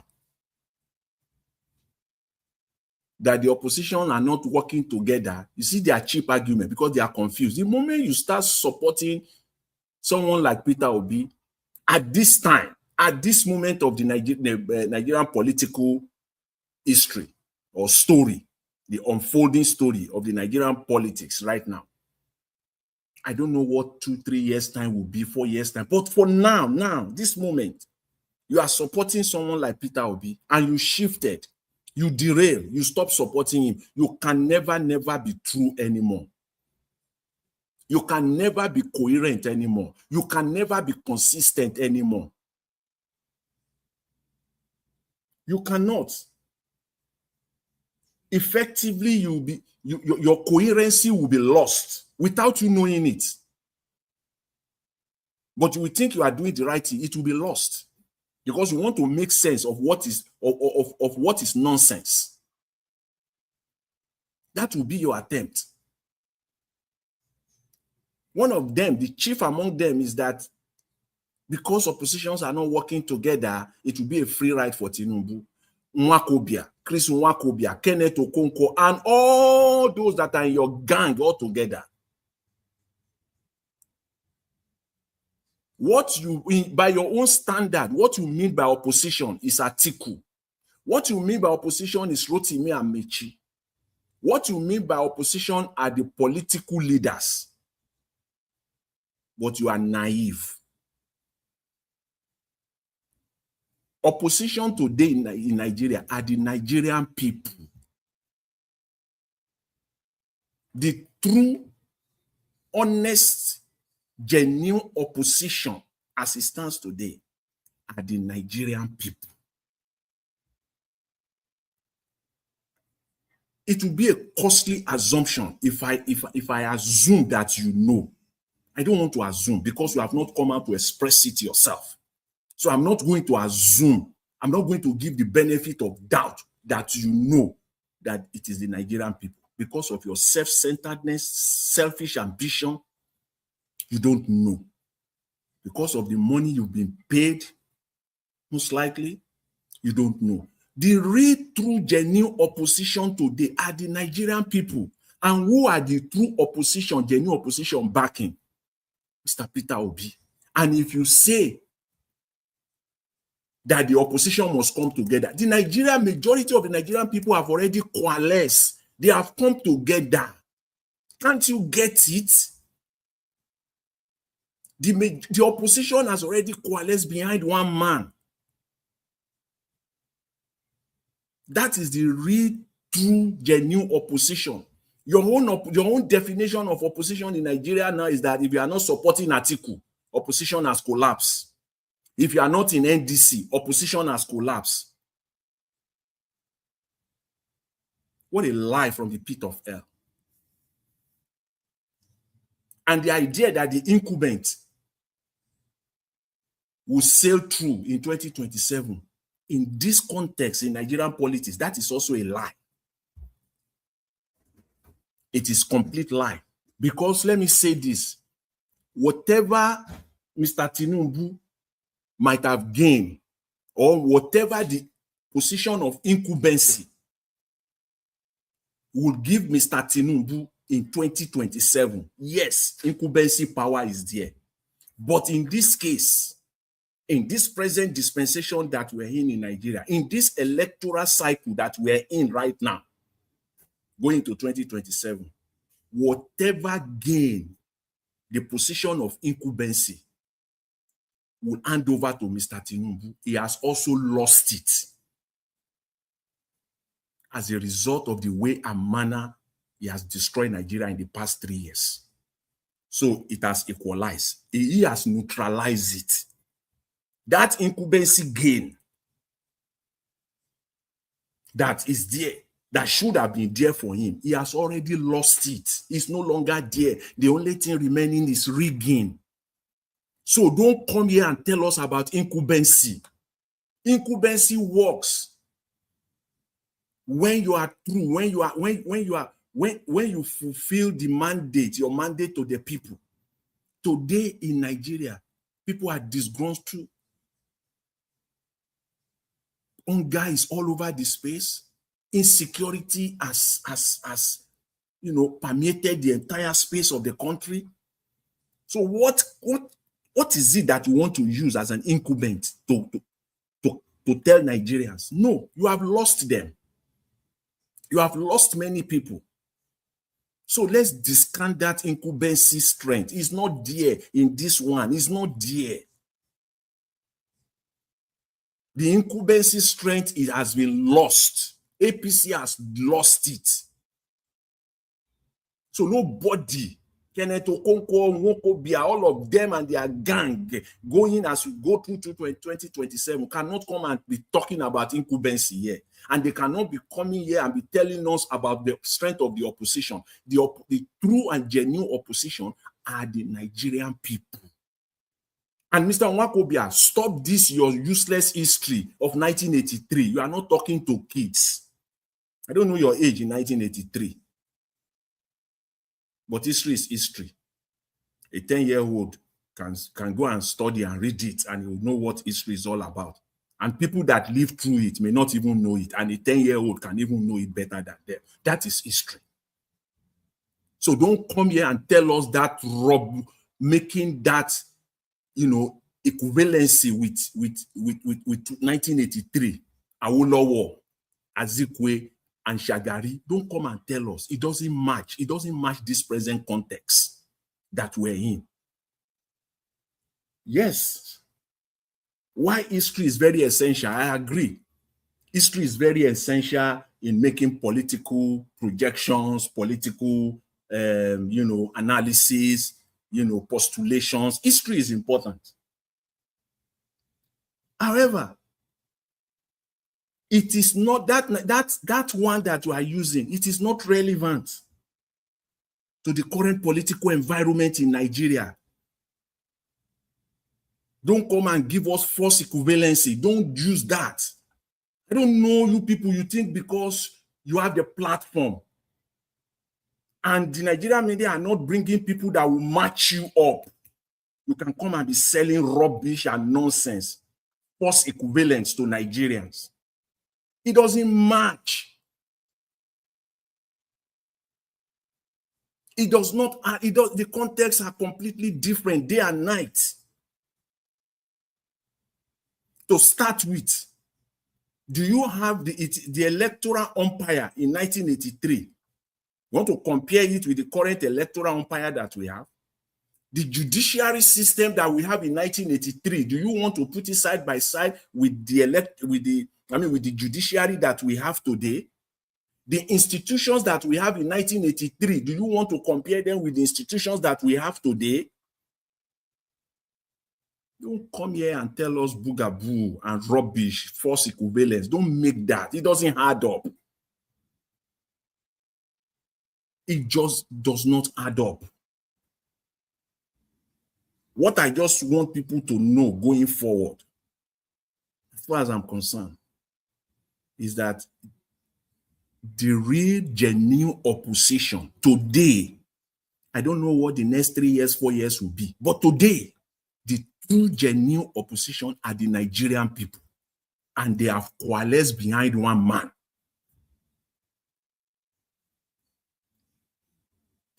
This error, that's your position is error.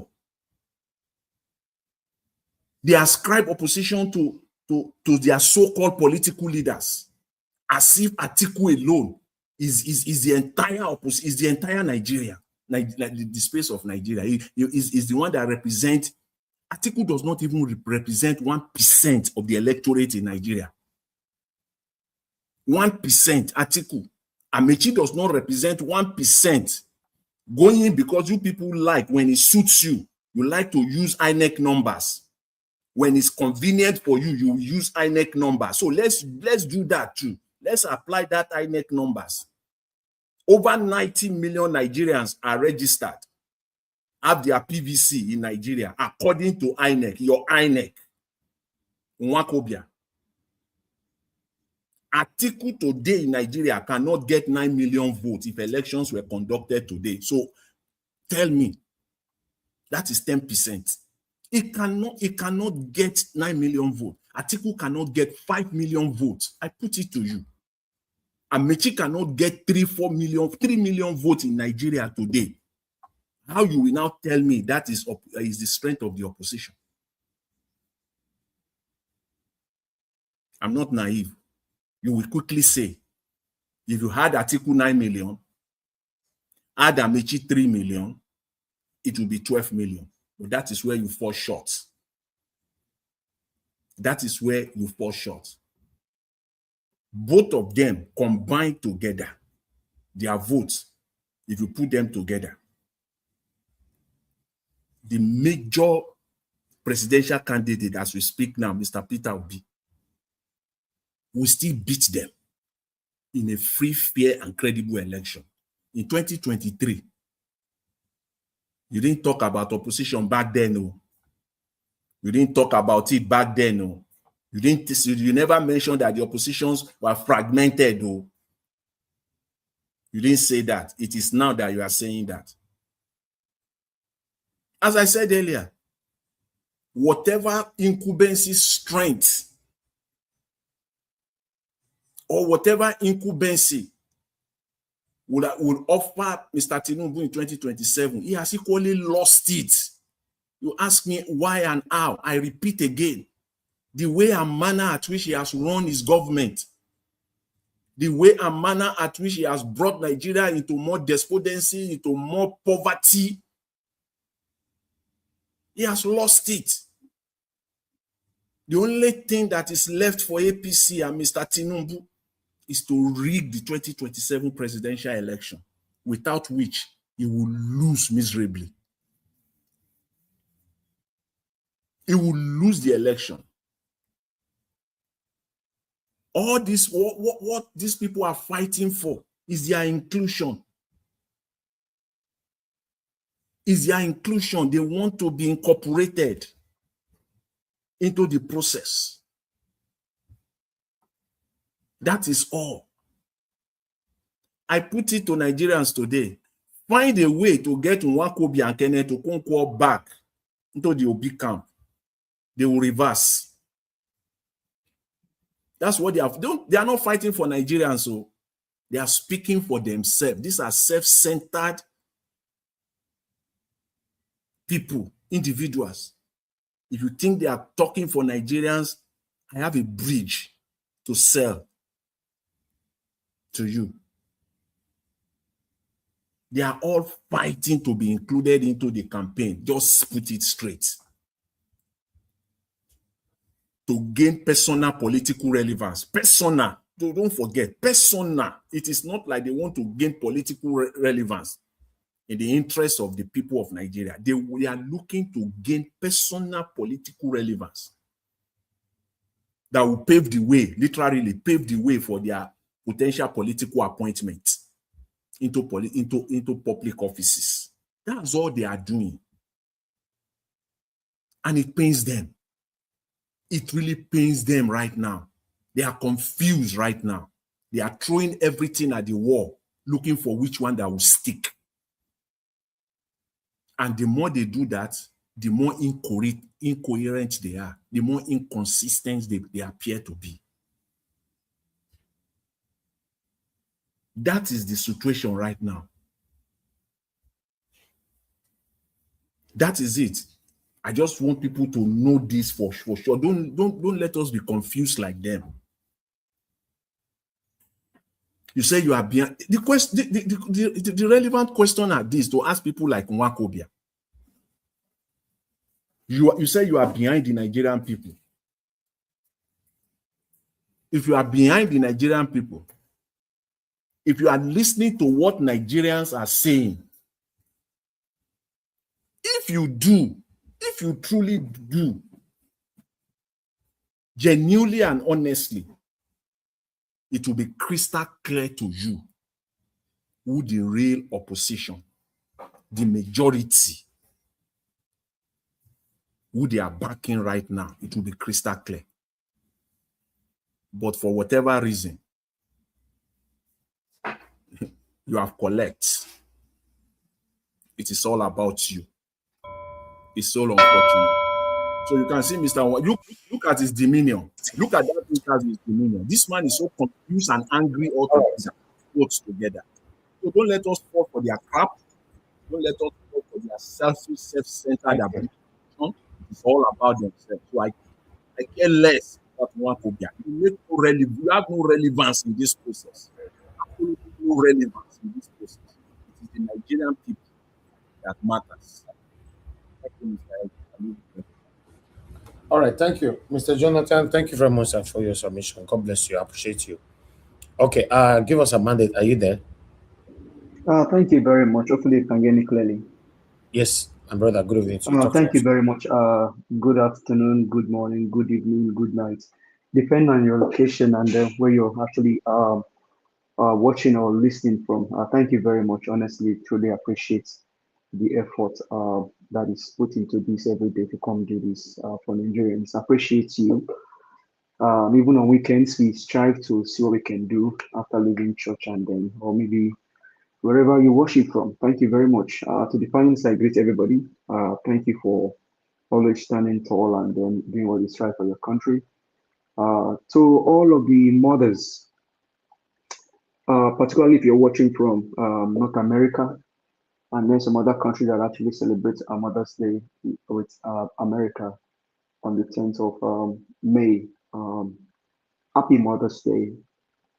God bless you. Thank you for all that you do. Because of you mothers, we are better men. We are great fathers. We are better people. You look into our eyes and tell us the truth, even though sometimes we challenge you or we may not go down with us. We still do our best to yield to your advice, your correction. From the depth of my heart, I say thank you very much, all mothers. Thank you so much. We love you. I love my wife dearly, and I can't stop loving her. And to all of the mothers here, thank you very much. And Amrita, thank you very much for all that you do. You are a friend, you are a mother, you are a sister. We love you. Mommy Diaspora, thank you very much. And also raising this great man. Let me say this before I actually give my submission. I was listening to a Christian radio station yesterday that I've listened to for the past 13 years living in America. And a gentleman was talking there, and he said that the mom went to pick up mail some time ago, and the mother slipped. She fell. So he mentioned shoulder. So I thought the mom's shoulder was dislocated. And then when he got into the story, he said some weeks ago or some months ago, he went to see the mom. And the mother told him that, oh, you are one of those boys. I think you live in the neighborhood. He said right there and there, he burst into tears. Now the mother fell down, hit her head, and could not recognize her son anymore. He said the sister also went there. The mom could not recognize his sister.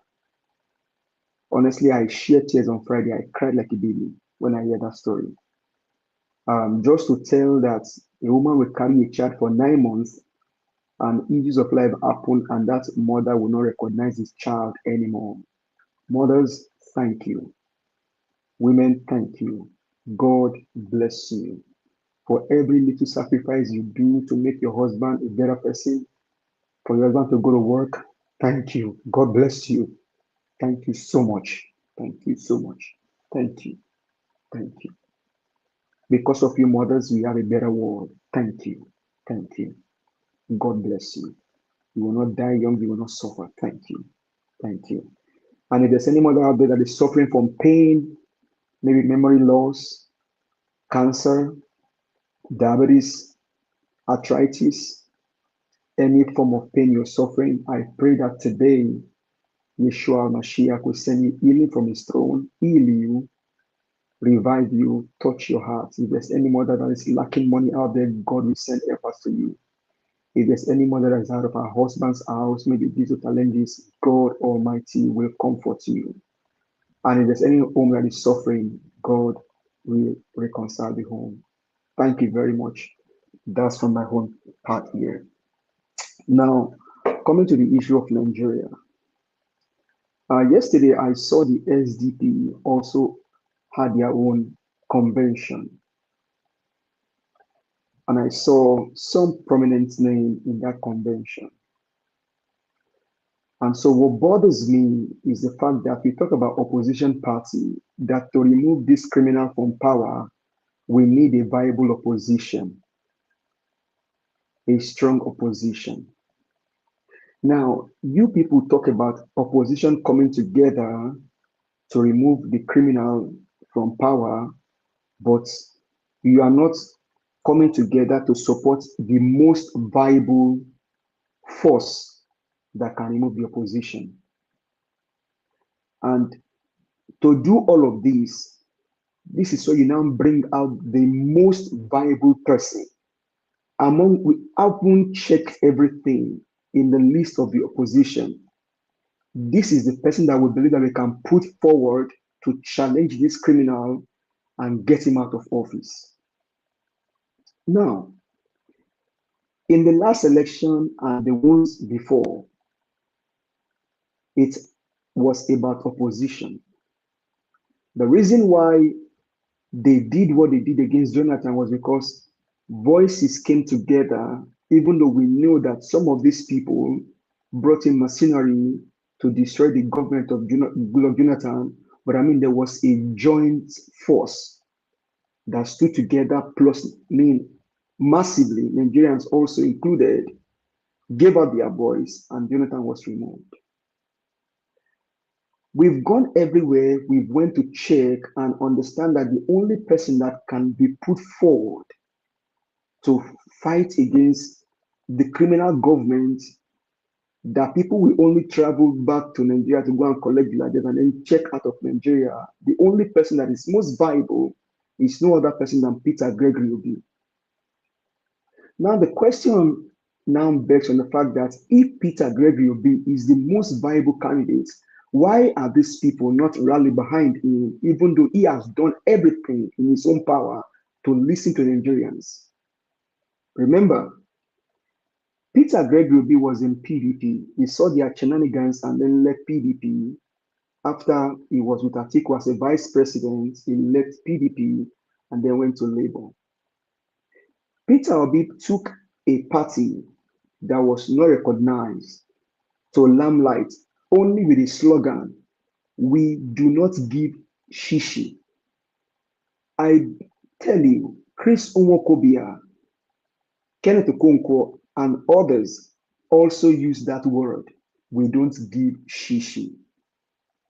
Peter Gregory will be on Labour Party platform with the support of Nigerians and Obedient Movement, beat Tinubu. They only rig the election to put him on a distant third. But like Mr. Labo will say here, the reason why Tinubu will not give up on Peter Obi is because he is the only one, him, Mahmoud Yakub, and others knew the risk score that Peter Gregory made in the last election. Now, if you are talking about forming a force, Peter Gregory Obi left Labour after the cries of Nigerians. Oh, we need opposition to remove this criminal. Peter Obi left when he saw the evil that was done in Labour, using now his own party chairman, Aburi, to even do evil against him, did everything possible to cage this man. He left Labour. I mean, a prominent quote is that they put fire into the house thinking that he was going to consume me, but I escaped. Now he escaped that, went to ADC, because why Nigerians cry and say, Mr. Peter, go to ADC, join the coalition. He listened to Nigerians. See, for every step that Peter Gregory Obi took, it was based on the call of Nigerians. He went to ADC. Now, every political party zoned their presidential candidate to the south, even though Atiku knows that this time around is for the south. Why should he be putting himself forward? Can't Atiku just pedal, rezone this to the south? Okay. And I will support this person. So if you're talking about position, you all come together. The most viable front against this criminal is no other person than Peter Gregory Obi. And so whoever is crying foul, they are just crying foul. And it's because they have their own personal intention. Thank you very much. I need the mic. All right. Thank you. Give us a mandate. Thanks for your submission. Okay, King Emeka, it's good to have you on the show. Talk to us. Good evening to you. Yeah, Mr. Niger Watch. Good evening. I'm surprised you're on today. I just decided to check. I didn't want to join. I was just listening because I had an urgent report to file until I heard the first speaker trying to make references on what happened yesterday. And I want to speak to you, just like you answered them, when they say ban, ban, ban, do they want to ban everybody? I think it is very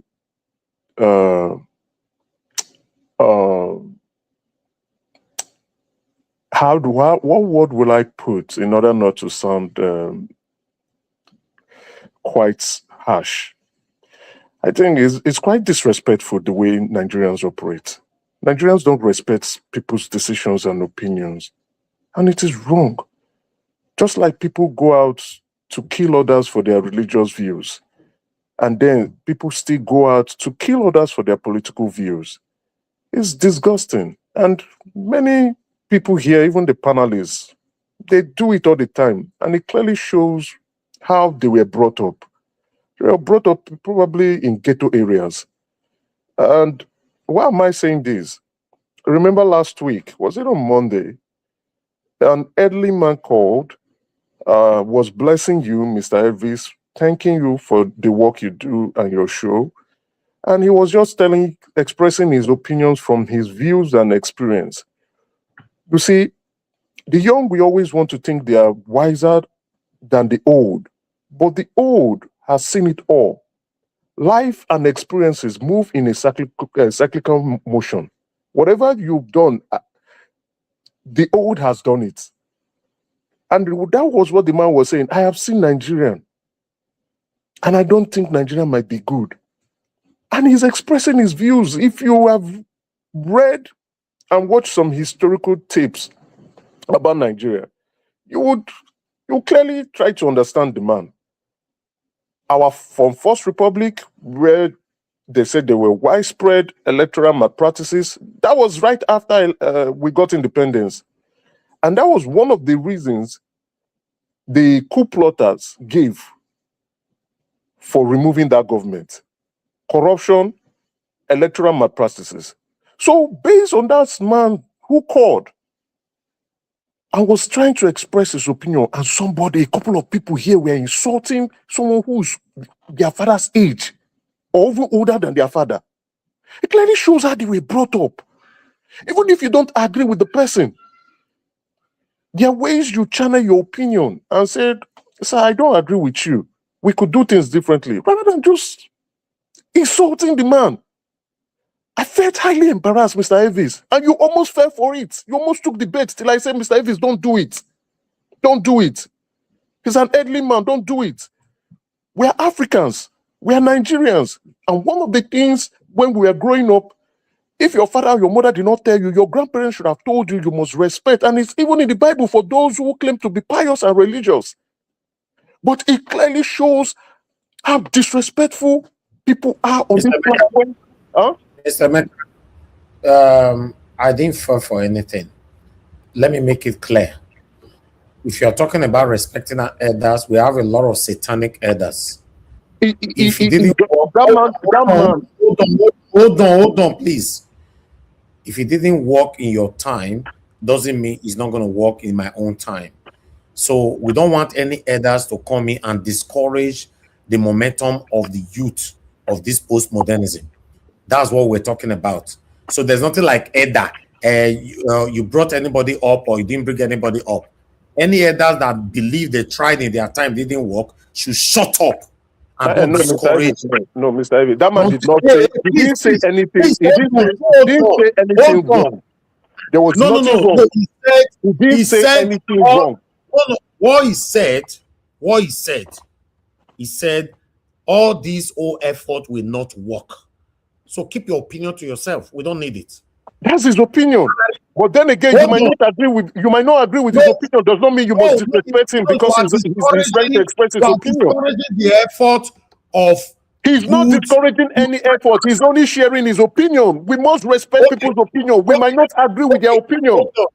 Mr. Elvis, I have to stand strongly on this. That is his opinion. Respect your opinion, but you don't agree with it. I want to repeat this now for you to know that I didn't have any water in my mouth. We have so many satanic elders that have caused the problem that we all are facing today. If you cannot support and encourage this momentum, this enthusiasm of the current postmodernism youth, then that elder should shut up. Simple. Go ahead with your submission. Thank you. You see, you have given your opinion, and I don't agree with your opinion. I can respect your opinion, but I don't agree with it. But the same thing, you don't have to insult the man for his opinion. You don't have to abuse the man for his opinion. And it is this behavior that we are tolerating, and it is wrong. And we call something that is wrong. Emeka, to the best of my knowledge, hold on, please. You are pushing a deceitful it's not narrative. Deceitful. I said respect people's opinion. I will stand for it. You have said, let me give you an example. Let me give you an example now. Emeka, if you are not listening to me, I'll put you on the backstage. Simple as that. For my own opinion. All right. You can't suppress my speech. If you can go back and bring where somebody insulted that man here. It was on Monday. Nobody insulted him. They insulted him. No, Madam Rita did not even insult him. Madam Rita was harsh. Madam Rita's voice was harsh. Go back again and play it. Go back and play it again. They insulted that man. No, you do the job. Go bring where people insulted him. I can't bring it. It is on your record. It is on YouTube. Go and watch. They insulted him. I can tell you, he was insulted. Emeka, for you to continue that statement, if you cannot go back and bring it, please let that matter end there. Please don't continue, because you are creating a bad image to my platform. If you continue with that again, I'll throw you out. It's not throwing you, Mr. Elvis. I think now on this note, I am saying something. I think you would have said, well, okay, let me go and investigate if he was insulted. I will not investigate. You go bring it. Not because I was here. Nobody insulted him. So stop this narrative. Okay. You know what? I will go on Monday and I'll go and check. I have Emeka, be on the backstage. Give a submission on the topic on air. If you continue with this topic again, I give you the last chance to come in, I will throw you out and ban you for 2 months. Please. Give your submission. Go ahead, give your submission. It's better I take a bow. No, if you can't listen to people. Okay, then go. Get out. Mr. Elvis, let me say this. Next person. Mr. Elvis, let me quickly say this. The point is this. The fact, even the person that is talking, he disrespect people's opinion much more than he respect people's opinion through interjections.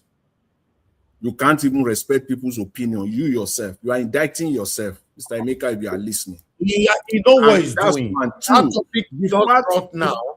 The fact that I respect your opinion, what he's trying to input is that once somebody speaks, just let it stay like that. No, it doesn't work like that. The fact that I respect your opinion does not mean Mr. I can't respond to your opinion. I don't really want to emphasize more on this. I don't want to change the topic we have today. The thing is that because you know why? Because on this platform and any other and other platform as well, we go there to express our opinion, and we cannot say that people should not respond to our opinion. Then civility has been lost, interactiveness has been lost. Okay, hold on, Mr. Jonathan, please. Thank you. I'm not a baby here. I run my broadcast and I listen to people. I can choose to be silent sometimes when you guys have some chaotic moments here. Doesn't mean I'm not listening. I just want people to be free, to be expressive. That's fine. But one thing is sure. You can't come in and just start a topic that doesn't make no sense.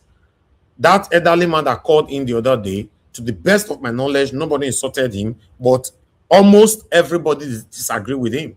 Is that what you are calling an insult? Nobody insulted him. People disagree with him, and I succumbed to it. I agreed with the disagreement, and I will state it again right now. Any elder, if you know you failed woefully in your time, and the children now, you call children, are putting in their effort, their energy, their enthusiasm to see how we can rescue this country. If you know you cannot encourage us, shut up. As an elder, shut up your stupid mouth. Any elder, I don't care. Even though it's my father, any elder, I said, no exception. Shut up. Don't call into this show. Don't come here to discourage us. Shut up your stupid mouth. Simple as ABCD. And I will not retract it. Thank you. I'd like us to move on. Oga Chris, please talk to us. Good evening to you. Yeah, good evening, Mr. Nanjawat. King Emeka again, I've been waiting, he called himself. Well, Nigerians, let's not allow that to distract us. Mr. Nanjawat, good evening to you. Happy Sunday to you. It's the last day of the weekend, and everybody listening to us from all over the world. Good evening to you all. Happy Sunday to you all, and happy Mother's Day to all the beautiful mothers out there. The people in the comment section, the people calling, everybody. I wish you a very happy Sunday. And the people on the panel with me, I can see our Dream Nation. I can see Dr. CM, Madam Rita, give us our mandate, Oga Jonathan, and the evergreen Abdul Malik. I greet all of you now. Yeah, you see, I don't know, people like Emeka, I think the problem is that they have a lot of latitude in a platform like this for them to express themselves because they know what this platform stands for. And guys, remember, every time there's always somebody like this. We had one, two Naija then. They always come and just the real world proceedings are. So having said that, I'm glad that, like they used to say, they will say the thing has come to a full circle. You see this problem of Kenneth, what was his name, Nwokobia. I'm glad he has finally come out to expose himself like this. See, guys, listen to all my submissions since I came back. Every single one of them, I usually refer to this man.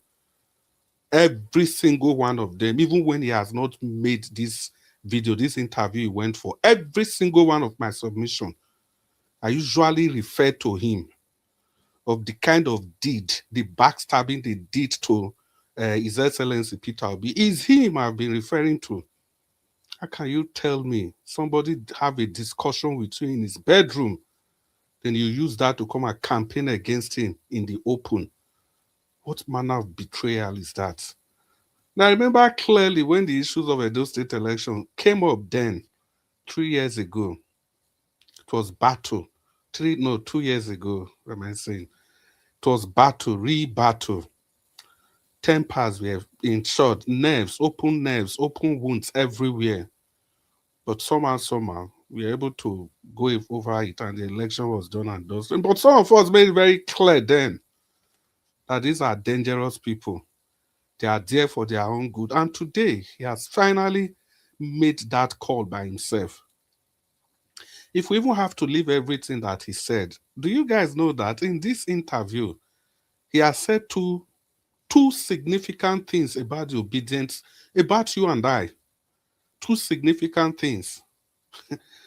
The first one, he said the obedience that we hacked his ex account just because he spoke against Peter Obi.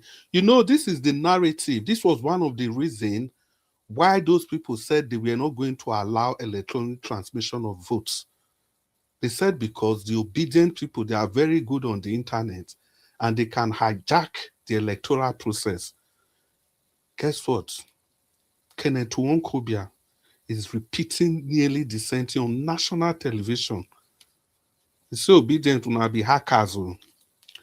Apart from that, he said when they talk half truths, half lies. That was how this man described the obedience.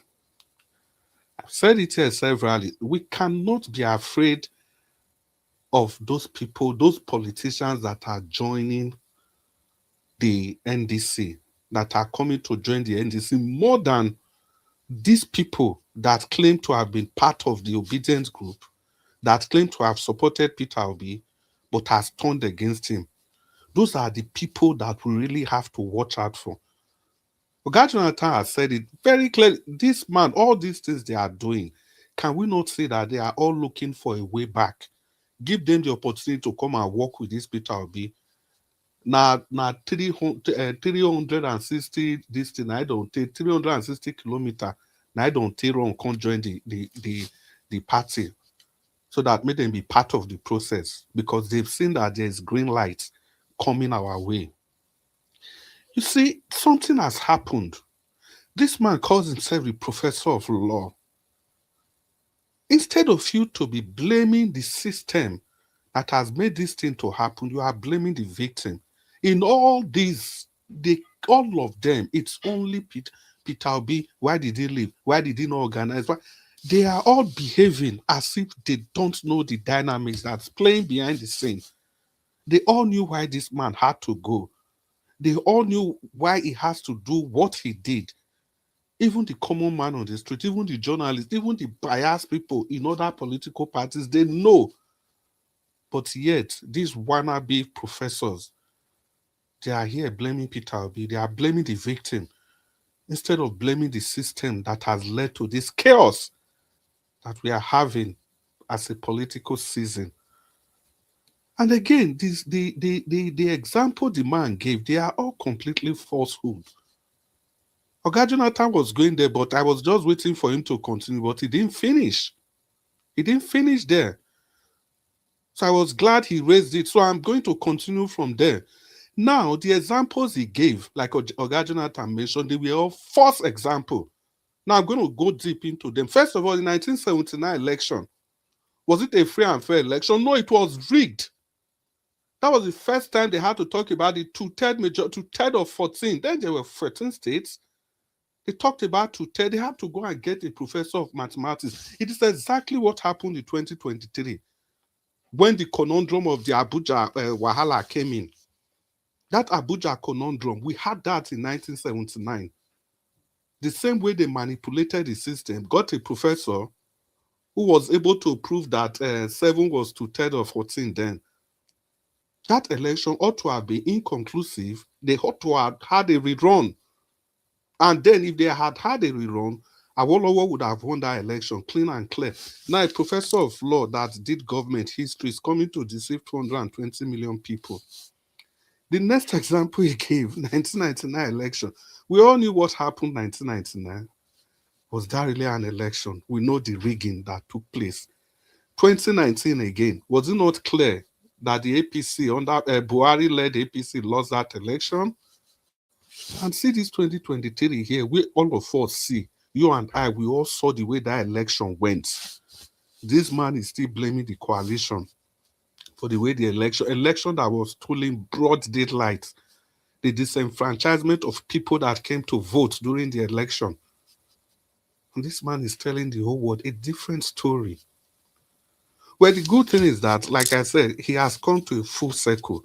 We are beginning to see them. And sometimes when people raise these things, because we all cannot see all these things at the same time. We all cannot see them at the same time.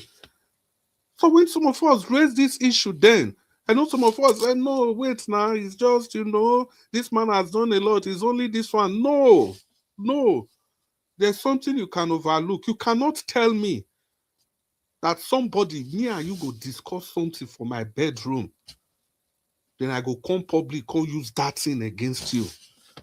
Waiting, because of political gain. Now, let me even ask him a question. He kept bringing up the election that took place in Edo State. I want to ask him a very simple question. The people he supported, I don't even like to call, okay, let me just say, the Aswe Ighodalo is supported.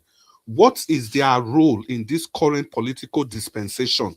Now that politics is hot, where is Aswe Ighodalo? Where are they? The key runner, where is Obaseki? They are nowhere to be found. Then people will play this politics, people will hold the political party. In 2 years' time, when Edo State election is due, they will come back again. They want to come and contest. So the people that play the politics every day, they are stupid. They don't know what they are doing. They don't have time to do their own personal business. Politics is not done like that. That is not how to do politics. If they want to come back to the obedience movement, if they want to support Peter Obi, they know the right channel. It is the thing I keep saying about the people of the South, we Southerners. Can you tell me, as everything Atiku has done, everything Kwankwaso has, let's even leave Kwankwaso out of it, everything Atiku has done, you cannot find any of his past supporters going from station to station trying to discredit him from the North. No way. They are so conservative in the way, whatever they want to do, they do it in secret. But ours is never like that. We play into the hands of everybody because of what? Because of peanuts. And at the end of the day, if you talk, it's problem. See, I have said this several times. If Peter Obi was supposed to be somebody from the North, if anywhere, not even in the North, I'll just round up on this. In any part of the country, if any region can produce somebody like Peter Obi, before 11 a.m. election day, he will become the president of the nation. What are we saying? Good evening, everybody. Okay, Oga Chris, thank you very much. God bless you. Thank you. I appreciate you. Okay, Emeka, you are listening to me. I want to respond to you because I read one of your comments where you said I'm biased. You see, on this platform, I've said this so many times. When he favors you, Elvis is a very good person. When he's not favoring you, I'll become biased. If I'm biased, Emeka, someone like you don't supposed to be on this platform. You should know that. If I'm a biased person, you cannot even comment. I will block you on earth and in heaven because I'm still waiting for the certificate of hair. They ever still give because I only have the approval and certificate of earth and in heaven. But there's one where I apply, put now. I'm still waiting. The one for hair, so that I can be blocking people on hair. So at the moment, I only have power to block people on earth and in heaven. The one for the hair, I am waiting. It's not yet approved. I never heard this before. This one, I never heard him before. I just didn't hear him. No. I'm very, very serious.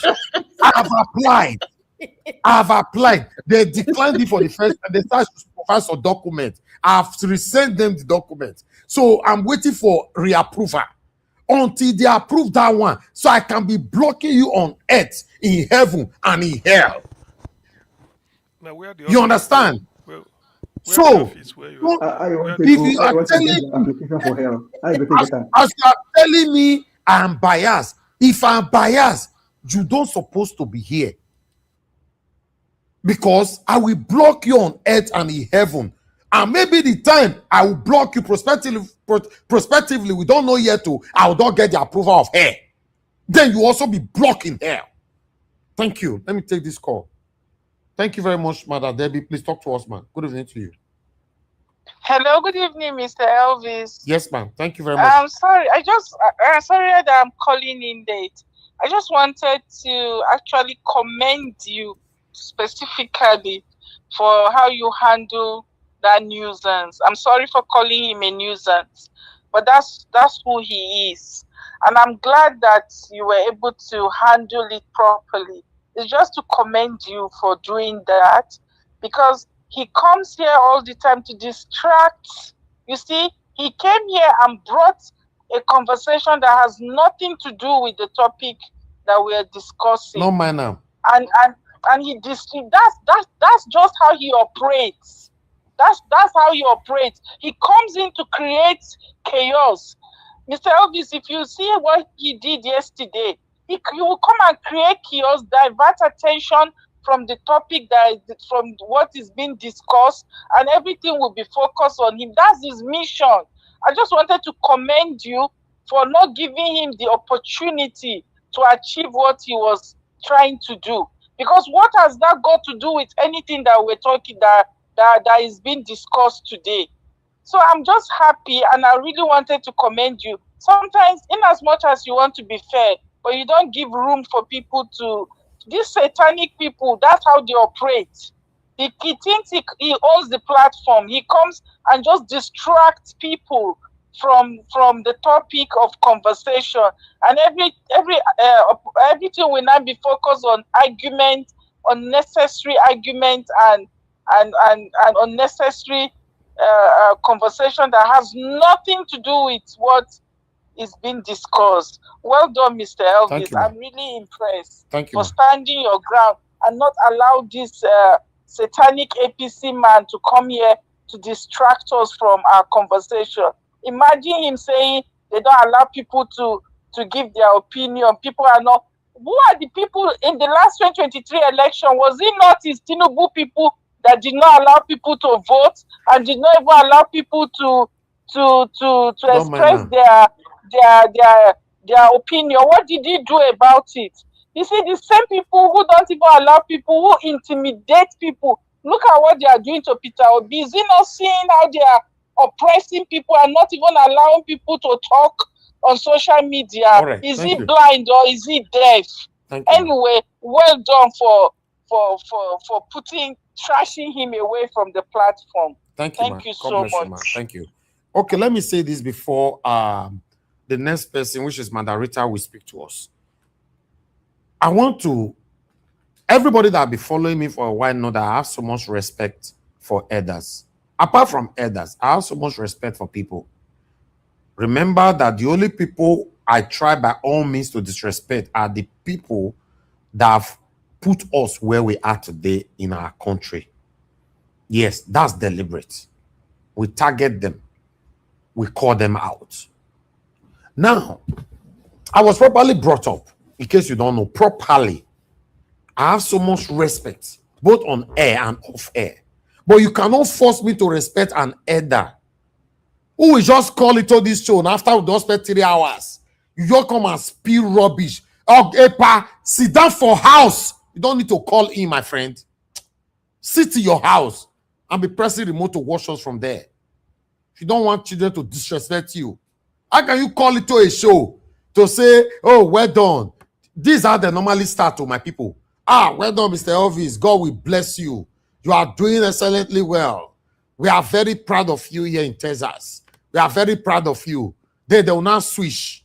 They will not say, anyway, you guys are trying. But there's no way Peter Obi can ever be a president. He can never rule. He can never rule. You know, Tinubu already win and he will be the next president. You know, yes, we try in our time. Epa, go to your village and go and talk to your village people. Don't call here. Don't call here. I don't look at super chat not to say the truth. I don't look at how you praise me not to say the truth. Don't discourage us, please. You think many of us on this panel right now don't have other better things to do than to be here every day repetitively talking about what is affecting us? You just call it to a show telling us that this, that. Do you know how many elders that caused the problem we are facing today? Many elders. Many of them were disgraced and exposed and unmasked in 2023 presidential election. And you want me to still call those kind of people elders? As how? You want someone like me now to call someone like Atiku and Amechi Eda. Because you are supporting them. You are here now to advocate like you are a saint. You are calling me biased. If I'm biased, you're not supposed to be here. You should know that. And Arita, please talk to us. Good evening to you, man.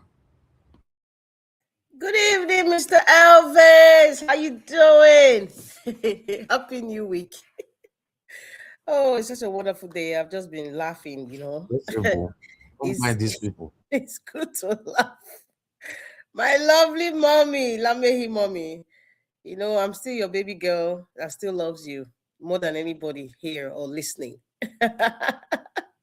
Good evening, our Dream Nation. Dr. CM, give us our mandate. Mr. Chris, Mr. Jonathan, and Abdul Malik, and greetings to people in the comment section. Yeah, comment section. Black Panther, I don't know why you're not here. Uyi Desmond, Blessed Lady, Dr. Happy Life, Shay. Who else again? I know Lady Eugenia was there already. I know Lady Eugenia, Ikechuku Onye Dikam. Yes, so greetings to everybody. Obviously, I wasn't here when you played all the all the shows, but I like to say, Michael Ogenemara, good evening, sir. And I'd like to say thank you so much for that rendition and give us our mandate, you know, about mothers. I really appreciate that, and God bless you, and amen to all your prayers. Happy Mother's Day to all the great mothers out there, all the people who are playing the roles of mothers. You are blessed and you're highly favored. Okay, back to the topic. I don't know why VDM and Tunde Edno's picture is here, but going by what Chris Dobson was saying about Chris Nwokobia, I'm just going to go from there. And yes, you know, exactly how I felt from the Edo State election. Ever since then, you know, I don't trust somebody who just breaks a trust. You know, it's personally, it's hard for me to ever trust you or even respect you. So right from the moment he said what he said, Peter Obi said in favor of his friend, what's the other person's name? I'm not going to mention his name, you know. So it's something you said in confidence and you come out and say it without the person even knowing you're going to say that. You know, it's not somebody that you can respect or even trust. So I think we should just ignore what Chris Nwokobia, you know, said, because people like that, you see, many of them, what I've come to just realize, many of them initially in 2023 general election, they were just hustling for positions and job. That's what they were doing. They were not doing it in such a way. We're not doing it because they love Nigeria so much that they want Nigeria to do better. So sometimes certain things that happen to us in life, it's to an advantage. You probably might not understand why it happened, but you know, years down the line, you look back and said, oh my goodness, thank God that thing happened. At least I saw the character of this person. At least I saw the actual intention of this person. You know, not every gift is actually a gift. You know, that they always say, some gifts are like the gift of the Greeks. You know, be very, very careful to accept. Or people who support you. Not everybody who supports you is actually supporting you or supporting your ideology. You know, it's just human nature. You know, people can be selfish, greedy, very conniving and scheming. So we're happy all these things were supposed to happen. You know, the likes of Kenneth Okonkwo, Chris Nwokobia, and many others that are also going to rear its ugly head. I am not surprised at all. We shouldn't be surprised at all. You know, and I always look at Mr. Obi and I just wonder, like, heavy is the head that wears the crown. Is that statement from Shakespeare is just, Peter Obi is just is just a physical example of what that statement means. You know, I used to wonder, how does this man sleep every day? How does he do it? How? You know, so it's just like Mr. Elvis come here every day. I know Ms. King Emeka was saying like he's surprised Mr. Elvis coming here. You know, I mean, he was here today, but you know, King Emeka, for your FYI, Mr. Elvis comes here 365 days a year, including birthdays, including when he travels. He's on the road, he's here. Just in case you don't know, 366, let me add a leap year. He's here every day.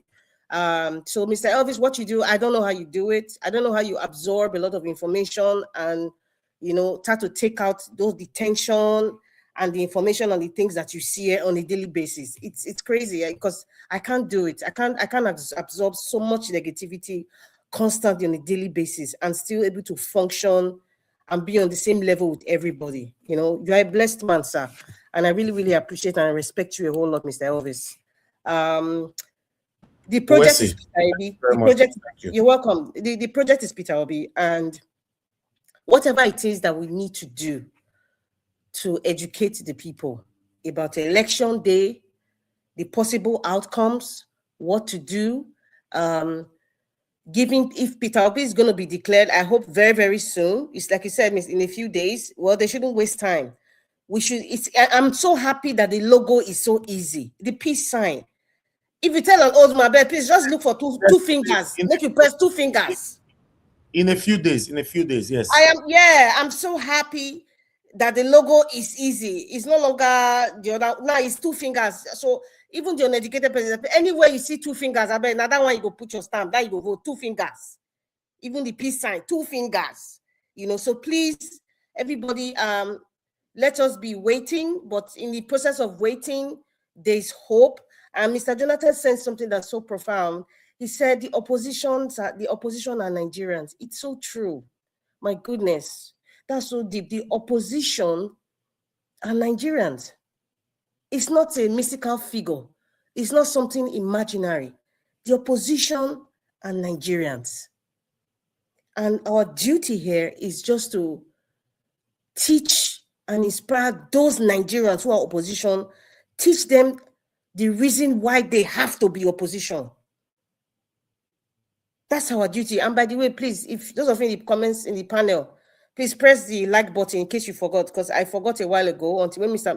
Elvis was mentioning people should, that is even is $1. I just like, oh my God, I've not pressed the like. So please just click on the like button, just by the wayside. So we need to teach Nigerians, this is what we need to do. I don't know the role of VDM. VDM should pick a side.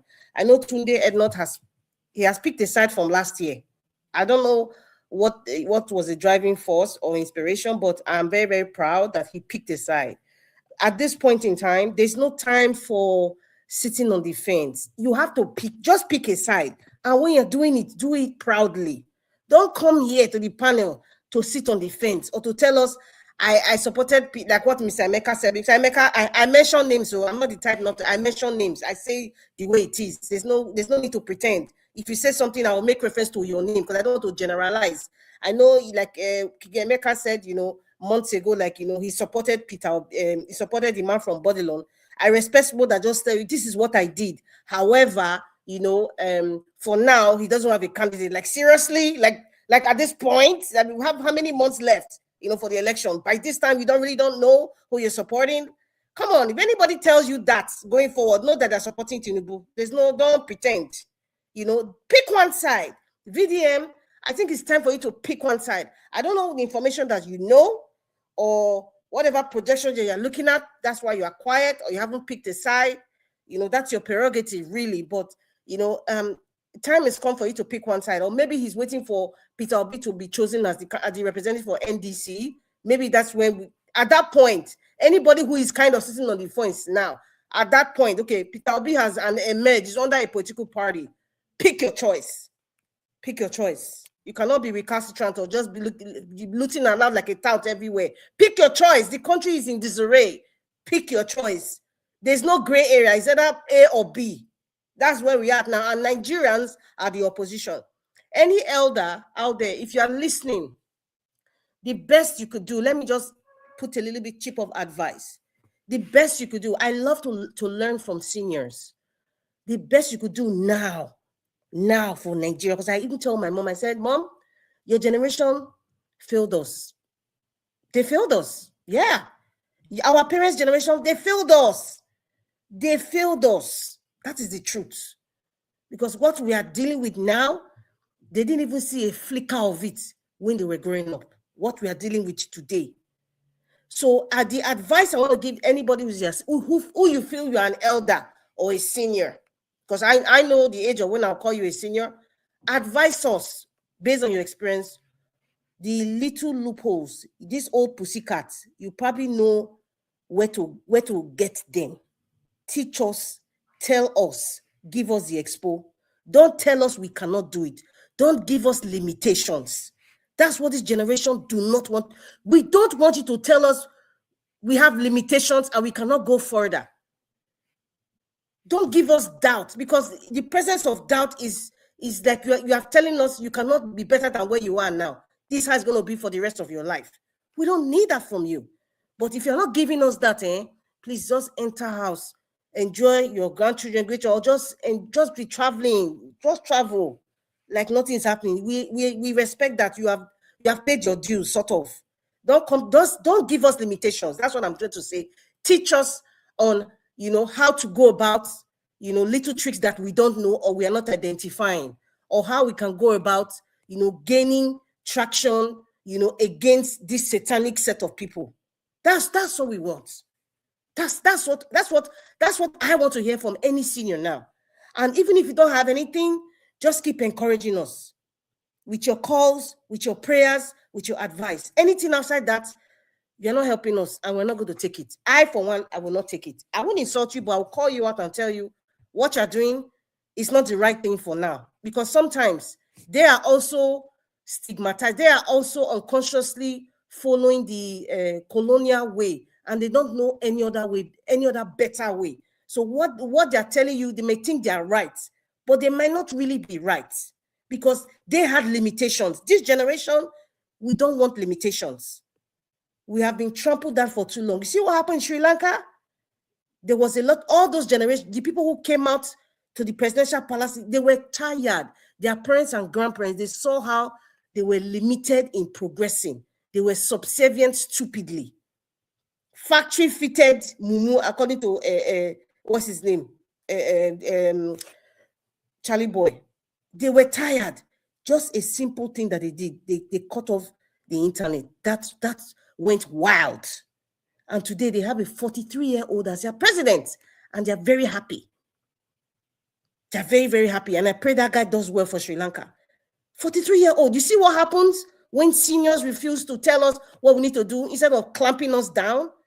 What happened in Sri Lanka? That's what happens. That's the result. So seniors, you see what they did to the seniors in Sri Lanka? How they, both male and female, how they dealt with them? We don't want that. So you guys have a duty to do for us.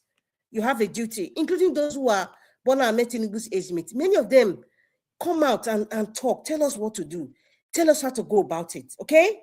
And we really respect you more and appreciate you, our mothers and fathers, not just men, male and female I'm talking to now.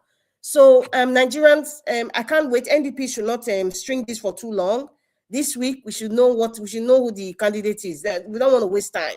There's no time to waste, so that we can know what we are doing. And then we start teaching people about the logo, 2 fingers. That is what I'm so happy. It's so easy to identify and to tell anybody, 2 fingers, now you go press your vote. Even we can say it in Hausa, Igbo, Yoruba, Efik, Bini, any language. We can just educate people. Now the 2 fingers you go press, just like they were saying LUP. 2 fingers. It's so easy, and I'm so happy about the logo. Thank you very much, Mr. Elvis. I don't even know what else did I miss. I don't know what else you played. Yes, so that's what I have to say for now. Thank you for the opportunity. And happy Mother's Day again to everybody out there. You are most appreciated. Thank you. Okay, Madam Rita, thank you very much, man. God bless you. I appreciate you. Thanks for all that you do. The last person on the panel, I'm trying to check although I know it's Abdul Malik. I'm trying to see if I missed anybody. Okay, I didn't miss anybody. It's Abdul Malik. Oga Abdul Malik. Thank you very much, sir. Good evening to you. Talk to us so that we can have our final submission. Yeah, good evening, Mr. Nigeria Watch. Yes, my brother. Good evening, everybody in the panel. Good evening, Nigeria. Mr. Nwokobia was talking about, was analyzing about the politics, the statistics, right? But you see, there is some people you don't take them serious. Because any person that you don't have secret and they talk 2 sides of their mouth, don't take that serious.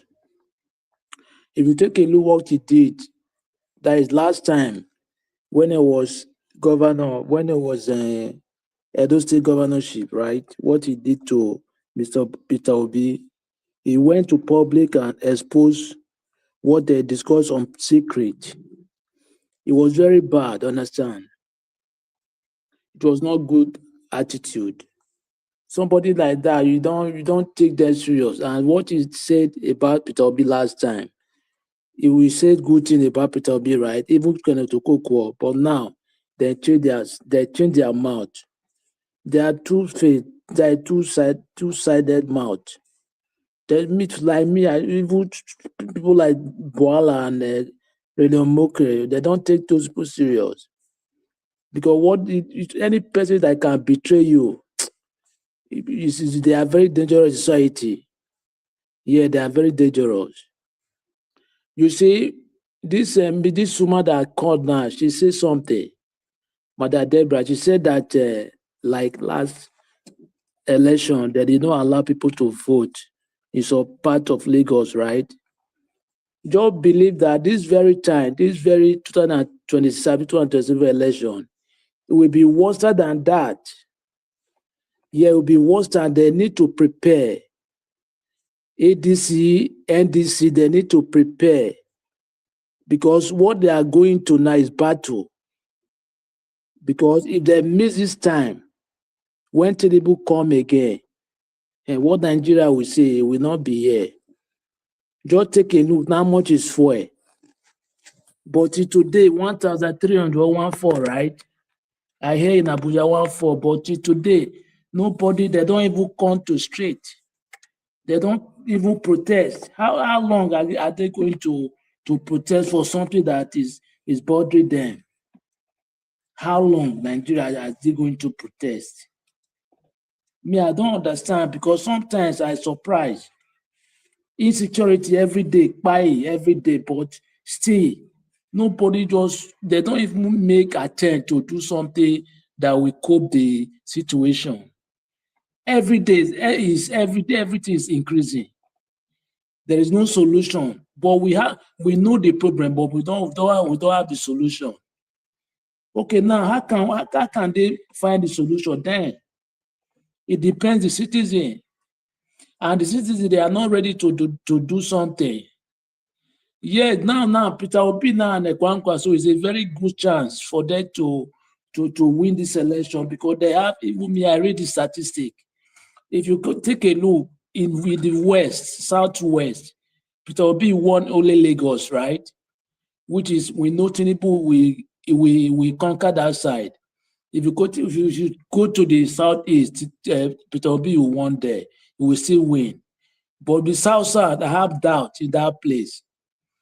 Yeah, I have very big doubt. That is the reason why you see most of the governors, they are defected to APC. Yeah, they are planning to ring. You see Edo State governor posting that it will give Tinubu 3.5 million votes. And the voters there is not up to 3.5 million.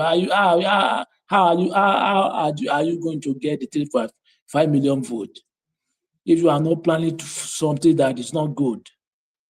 Yeah, they need to stand on their ground because the Peter Obi have a big chance to win this election if really the citizen will stand and fight for the mandate. Yes, he have a big very chance to win because I see no reason why he cannot stay in the ADC because he's smart. That is the reason why he keep on saying he will be in the ballot. He have plan B. Yeah, because you know that the ADC is just like temporary. Yeah, that is the reason why he said he keep on saying I will be in the ballot. Yes, he keep giving hope, and really it divide. Yeah, it's very anybody that blame that why did he leave ADC? The person is stupid. The person don't know what he's doing. For me, because I believe if he been there, he will not get that ticket. I think we will not allow him to get that ticket. Look at Koko and other people, they support Atiku, right? Koko is a brother to Obi. Why is it like that? Because it's like something is exchange hand. That is the problem Nigeria have. This kind of corruption, I don't know how long are we going to continue this way. Other countries has go far, but Nigeria every day is declining, no solution. Even in the social media, They are just bashing themselves. Instead of they will use that energy to fight the government, but no. They are gossiping themselves, jealousy themselves. I don't understand. How can we get this country right? Let's find solutions. Stop fighting yours. You and me, we are not the problem of Nigeria. The government, the leaders, the one that they are so raw, they are the problem. Right from the councillor to the presidency, they are the problem of Nigeria.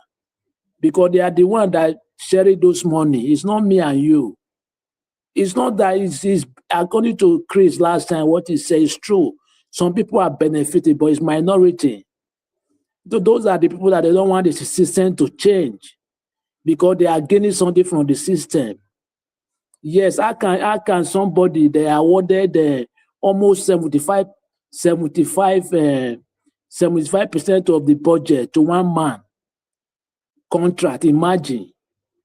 Is that a country? But still, there is not. Even the LBA, the lawyer, the judges, man, the country is fucked up. Only God will help. I don't know. Thank you very much, Mr. Evie. Abdul Malik, the country is messed up. I'm telling you, Nigeria is messed up. I just hope we get it right this 2027 so that we can start work a little bit, with our principal, Mr. Peter Gregory Obi. The country is really messed up. I have something to ask you. Yes, sir. Almost 3 months, right? There is no light. No light. And there is no protest. No light. As I touch on us, so there's no light.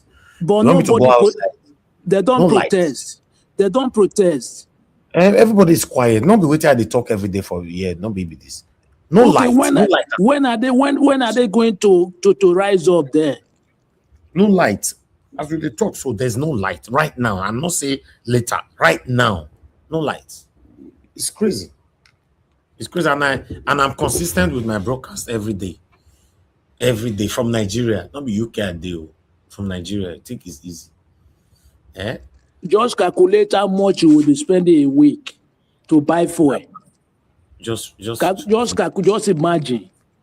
And I tell you, say, this country is messed up. Okay. I'd like to do this. Let me go up, open outside. We can hear this one. Let me just open 1 minute.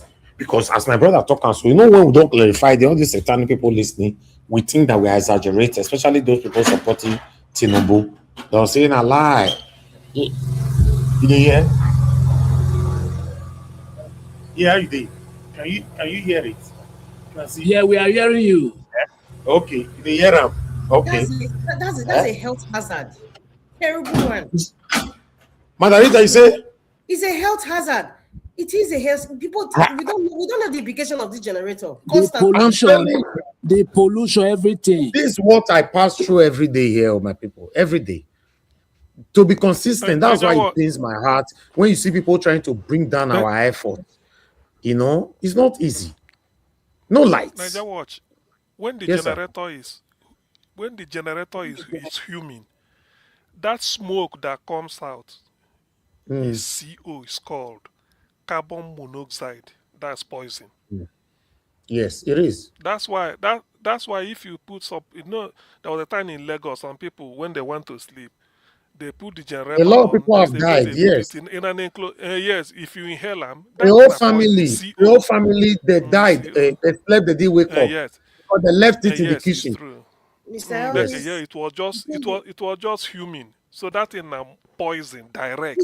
That's it. Within the next 20 years, the amount of lung cancer and breathing problems that people are going to get, it's not funny. We're not looking at it now. It's going to be so common. You'll be wondering what is going on. If you inhale that air, it goes to your blood. They combine with your blood. Instead of the real oxygen, the fresh air to combine, that's one they combine. That is what poisons your system. Then you will choke.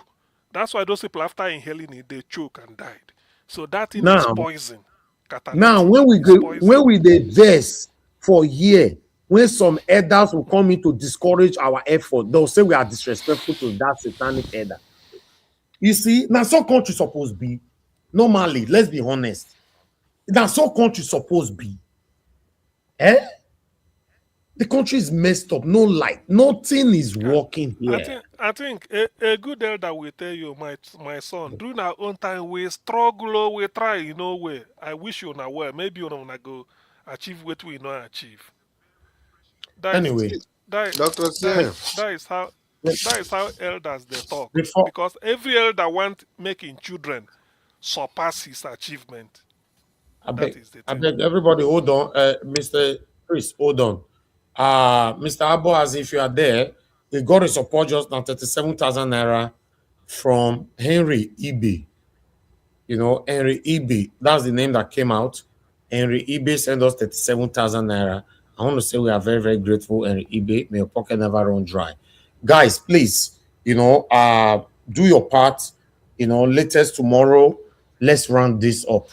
This solar thing, the account number is on the screen, please.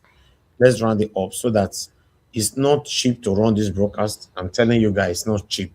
The account number is right there. Just do your part. Thank you. God bless you all. Okay, we are going to have our final submission, and this final submission is going to be short. Just 40 minutes for everybody on the panel. 40 minutes. Exactly dot, I will end the show. Starting with our Dream Nation, if you are there, or GasCM. 40 minutes starts now. Thank you very much, my people. I'm here. Mr. Elvis, thank you for your intervention. When I started my submission earlier, I stated out the character of them for Nigeria to be aware. And they were in their coven and they heard me. They came out. They want to come and attack me, but our God is bigger than them. So characters like this, they will always come. Their aim is to distract us. That is why I said we'll have elephant on our head. So we should focus on our business. Our market is Peter Obi. If they like, they should come. They can't come to tell you this is what Tinubu have done. Nigeria, this is the reason why you should vote Tinubu. They can't come. The only thing they come to do is they come to tell you, oh, Peter Obi has done. They will first start to paint it. Peter Obi did this. And before you know, PM, they start trying to assassinate his character. There is nothing you will tell Nigerians that will change Nigerians' minds. That is one thing they fail to understand. Grace is bigger than criminality. A criminal may have everything that thinks he wants to buy everybody, spend billions of nairas to buy the kings, buy everybody pastors. But grace comes from the masses.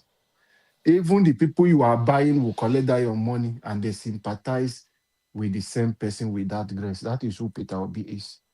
He's on a special mission. God sent him to his generation to take over this country from the same generation that have destroyed the country. That is what his mission is. And he will fulfill it. Nobody can take his life. What happened to Funko William will not happen to Peter Obi in Jesus' name. If not, they would have done it for a long time.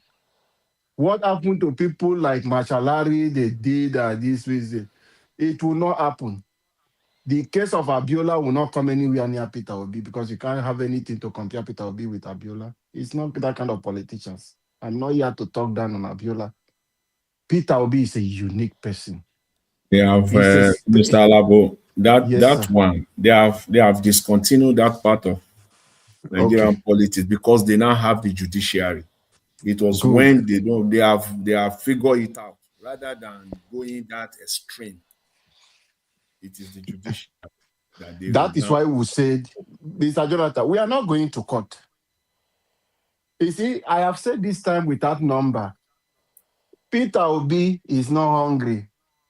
His generation unborn, his children, great-grandchildren, they will never be hungry. He has made it in life. What he has invested so far will sustain generation to come, no matter how they will dissipate or will squander the money. No. It is you, that man in Ikoku. It is you, that man in Bagrada, that is suffering. It is you, That man is somewhere in Obomosho. You are the one. You, my brother, in the creek, in that deep creek, you know that you enter inside water under cold. They look for fish, or you don't destroy your fish. You are the one that need to stand up and fight. Kenneth Okonkwo said he could not protect his vote. That was why I was annoyed with him. It is not Peter Obi's vote, it is Nigerians' vote. You cannot invest your resources and expect one man to fight the whole fight for you. Everyone, your vote is your investment. When you put it in that ballot, stand and take it that your life depends on that one vote that you put there. If you don't know what that one vote is, it's very important. Where they need person to use that one vote to pass one body, that is when you know how important your one vote is. We must stop this criminality. Let me tell you, if you don't know, if Tinubu succeeds, there is plan already on ground. But God forbid, all Nigerians, I want you to say that. Both in the comment section, say, God forbid, if this man succeed, is going to run a monarchy system or government. Where you already seen he has positioned his wife and his children. He's going to be the king. Akpabio will knock the gravel and just said, the high said it, even when the high did not say it. And they will make it like a kind of regional or whichever way they want to do. And Tinubu will continue. But God forbid, we will not allow it to stand. Because you have a rubber stamp National Assembly. That is their plan for the second term. If you don't know, you should open your eyes and know. It is not a propaganda. If you want to doubt it, go to your pastors who say they are prophets. Let them see the tomorrow and tell you. We must come together, defend your vote. We are not going to court. Don't wait for Peter Obi. I said it yesterday. Even if Peter Obi come to you to say, oh, allow me with his small voice, tell him to sit down. It is not about him. It is about your future and your children. Defend and protect your vote to make him go there so that he can make a Nigeria that the son of nobody can be somebody. And somebody mentioned, just 1 second before I hit the mic, that elders, I want to ask you, characters like this Nwike today will get to 90 years or 80 years or 70-something years, and you will count them as elders. Character like Emeka, he will put his name King Emeka, who does not know, have any place. Say he's from a royal family. These are badly brought up children. This one now will reach old age and come and tell you Nigeria that is an elderly person. They are badly brought up. You can't come to destroy the dream. Do you know how much resources? That word wey you talk now true. This kind of person now can't be elderly person. Maybe somebody disrespect. Tomorrow you now, say you are people go do. an elderly man. It's what they will say. Somebody where they not bring up well, a bad child from this in childhood, who is already a criminal, will now grow to the age of 70 years and come and be giving you nonsense advice. You will not say because he's an elder. Who elder? Do you know how much investment Elvis have put? You people do not understand. Do you think it's easy? Madam Rita mentioned it. To come out every day here, what is he doing it for? And you come here and be telling us in everything we are doing. Do you know how much resources some of us are putting in? Mobilizing people, go and do voters card, go and register for here. That is so for Nigeria. And you come and be telling us, don't think you people will do. Your generation have failed us. Go and sit down. You have nothing to offer. They want to maintain the same system. They will tell you, I'm nothing and I'm not feeding my children. I'm not going to leave them. Lie. If you don't have anything to offer, go and sit down. Nigerians, a new Nigeria is coming. And it is possible. Together, we will build a nation of our dream. Thank you, everyone. And God bless you. Dr. Siem, please speak to us. All right. Thank you, Alabo. Actually, what I want to say is generally is like, let me put it this way. I think who said, I think, was it not Martin Luther King, if I may not quote him, he said in times of crisis, it is something to remain neutral or something like that. I can't remember. Somebody who knows it can correct me in terms of moral crisis or somebody to remain neutral also is immoral or something. Now, what I'm saying is that look at the condition Nigerians are facing today. You see, even if you don't want to support Obi, because some people have primordial sentiments, why not ask yourself, this man said since how many years ago that if you found anything, go and research him. No Nigerian politician, not even Tinubu, nobody, Atiku can't say it. Why not say? I mean, the man that said, go and search, go and research me. If you find anything incriminating, say it, I will stop campaigning. It's a challenge, open challenge. Till today, nothing. That tells you, that says a lot.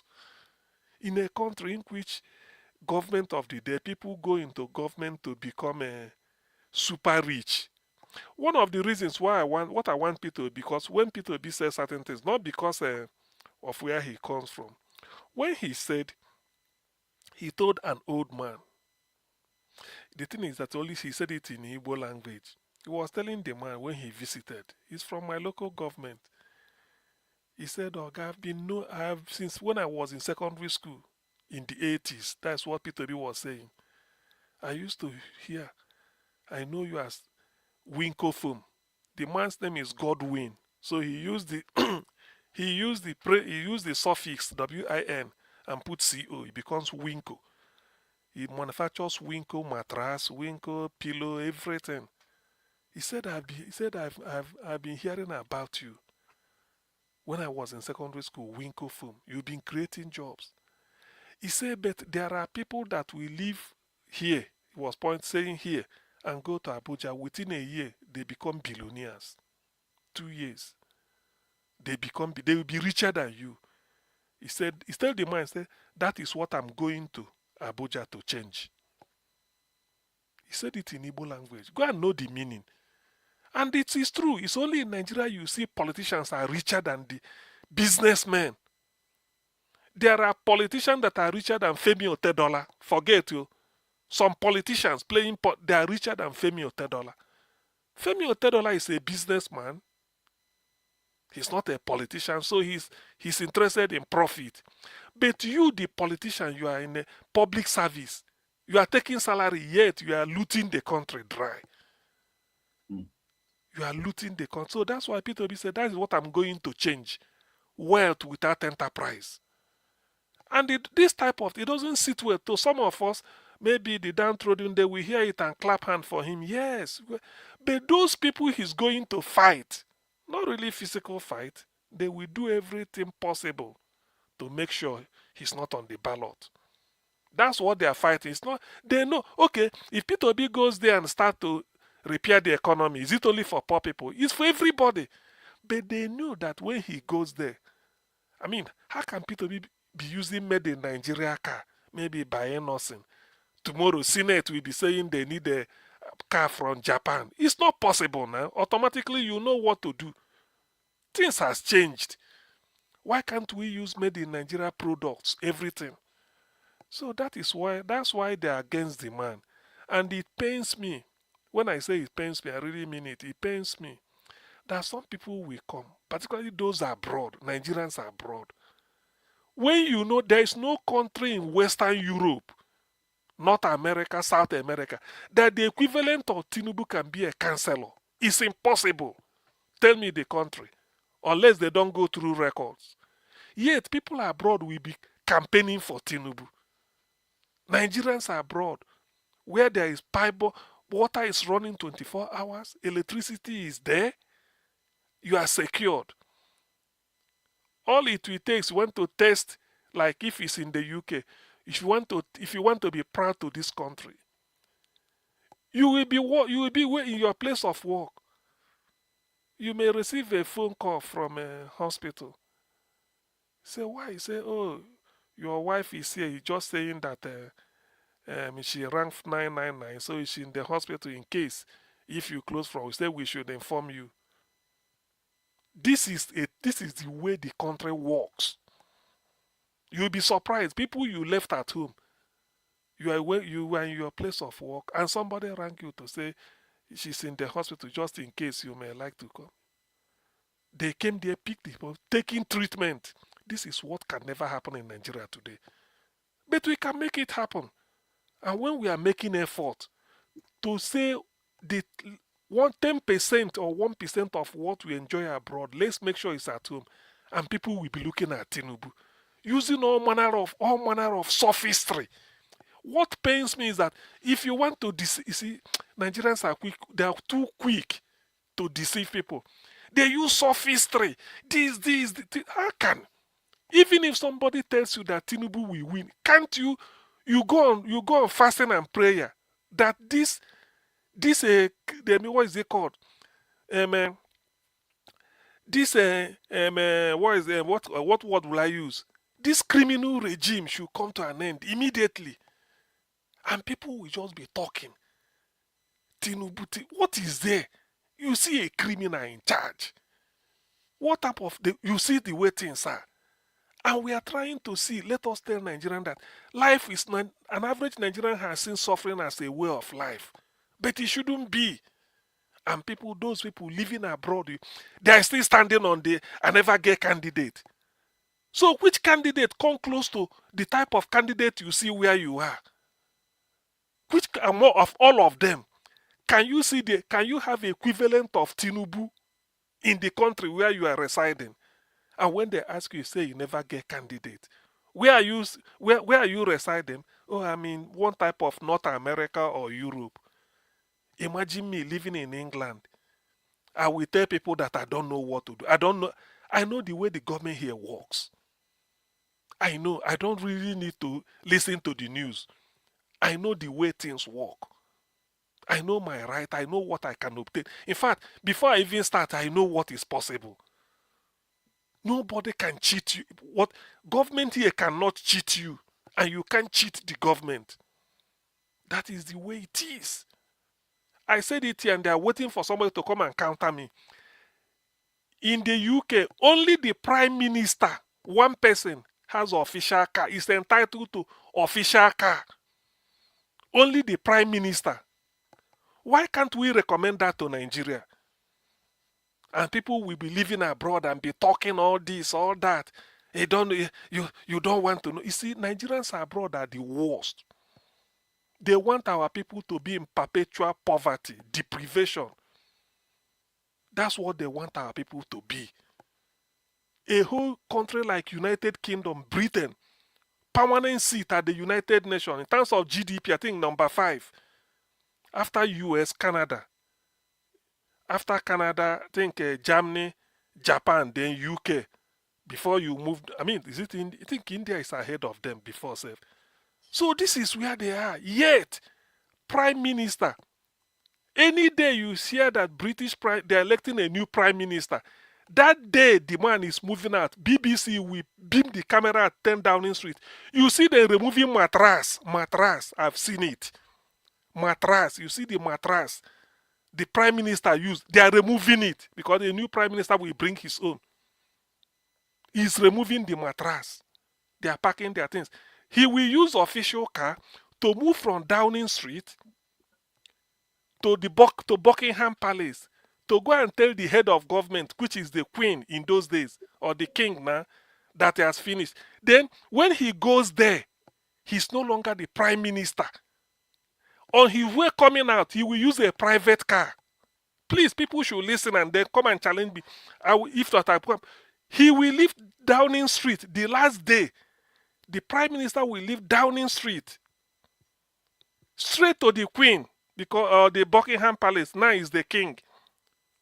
To go and say that because he's no longer, the head of government is the Queen, because the Queen will now say, okay, the next person to take over will now have a maybe dialogue with the Queen. Then you move. On your way going, you use official car because you are still the Prime Minister.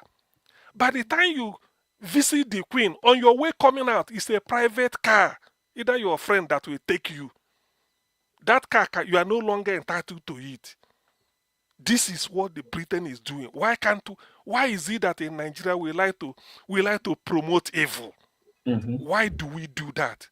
People that are abroad, instead of us to be the shining light, But they telling will people use this is Britain. and But what they will use the exactly same Britain comparison when it suits them. they will use sophistry to be. What are you talking? You show the light. You show the light. You show. That's what they call show the light. Because those of them in Nigeria may think that everybody is entitled to 10 cars. It's a lie. Britain that Nigerians are buying visa to come, hiding, steal money to come. Only prime minister has official car. All their ministers, if you are in London, you will meet them in the train every morning, depending on where. If you are walking around Westminster or you are passing, you will see them in the train. And when they enter the train, politicians, if it's filled up, they will stand like any other person. You see them standing. There was a time they showed a picture of David Cameron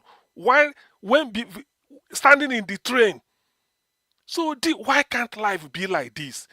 We be here supporting our Tinubu, a bought yacht, go and put it in one ocean.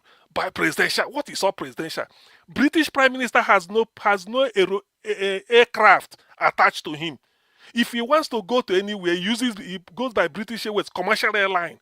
But maybe the one he will travel, maybe the one that will just carry him, go and come back. They put it back to the fleet. It's not packed somewhere, say this is for Prime Minister. Maybe so. It's not. It doesn't. Why do we like to waste money? And this is what P2B is saying, called the cost of governance. And people are still looking at P2B. When they look at it, instead of you to say the truth. Those Nigerians are abroad. They use sophistry. Just they talk this as if only you. Only you. Eh? Only you. Everybody official. Which official? There's no official car.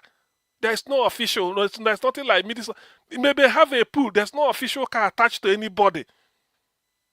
You pay your own transport. Members of parliament, I said the one coming from Newcastle down to London, they enter train. When you go, you submit your ticket for reimbursement.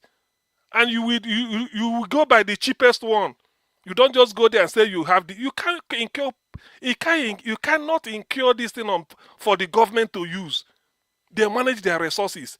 Can you believe in UK at the House of Commons? You are free to receive gift from anybody, but it must be registered in that register of privileges. What do they call it? Office of Standard in Public Life. You are free for anybody to say, he dash me a gift, he give me gold, yes, but go and register it there. They will know because they will trace it. And why the thing was given to you. Whether it was given to you, yes, the person gave it to you, but they will want to know why. They will find out through the secret service. Because maybe the person paid you for you so that you can be moving certain bill to favor them. They don't lobby that. You see, when you see the system, you find out that the system is so open. Why can't we preach such things to Nigeria? Why must we be indoor? Well, like we live abroad. And up till now, you still be talking of what is Atiku? Tell me. We gave all the parties in Nigeria all of them, their presidential candidate must come from the south. Why is ADC not being clear on what they're on the zoning it to the south? Why? Because of Atiku. By November 25th, 6 months from this month, Atiku will be 80 years.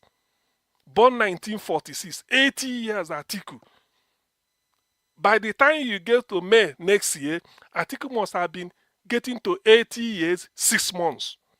By May 29th, 80 years, 6 months.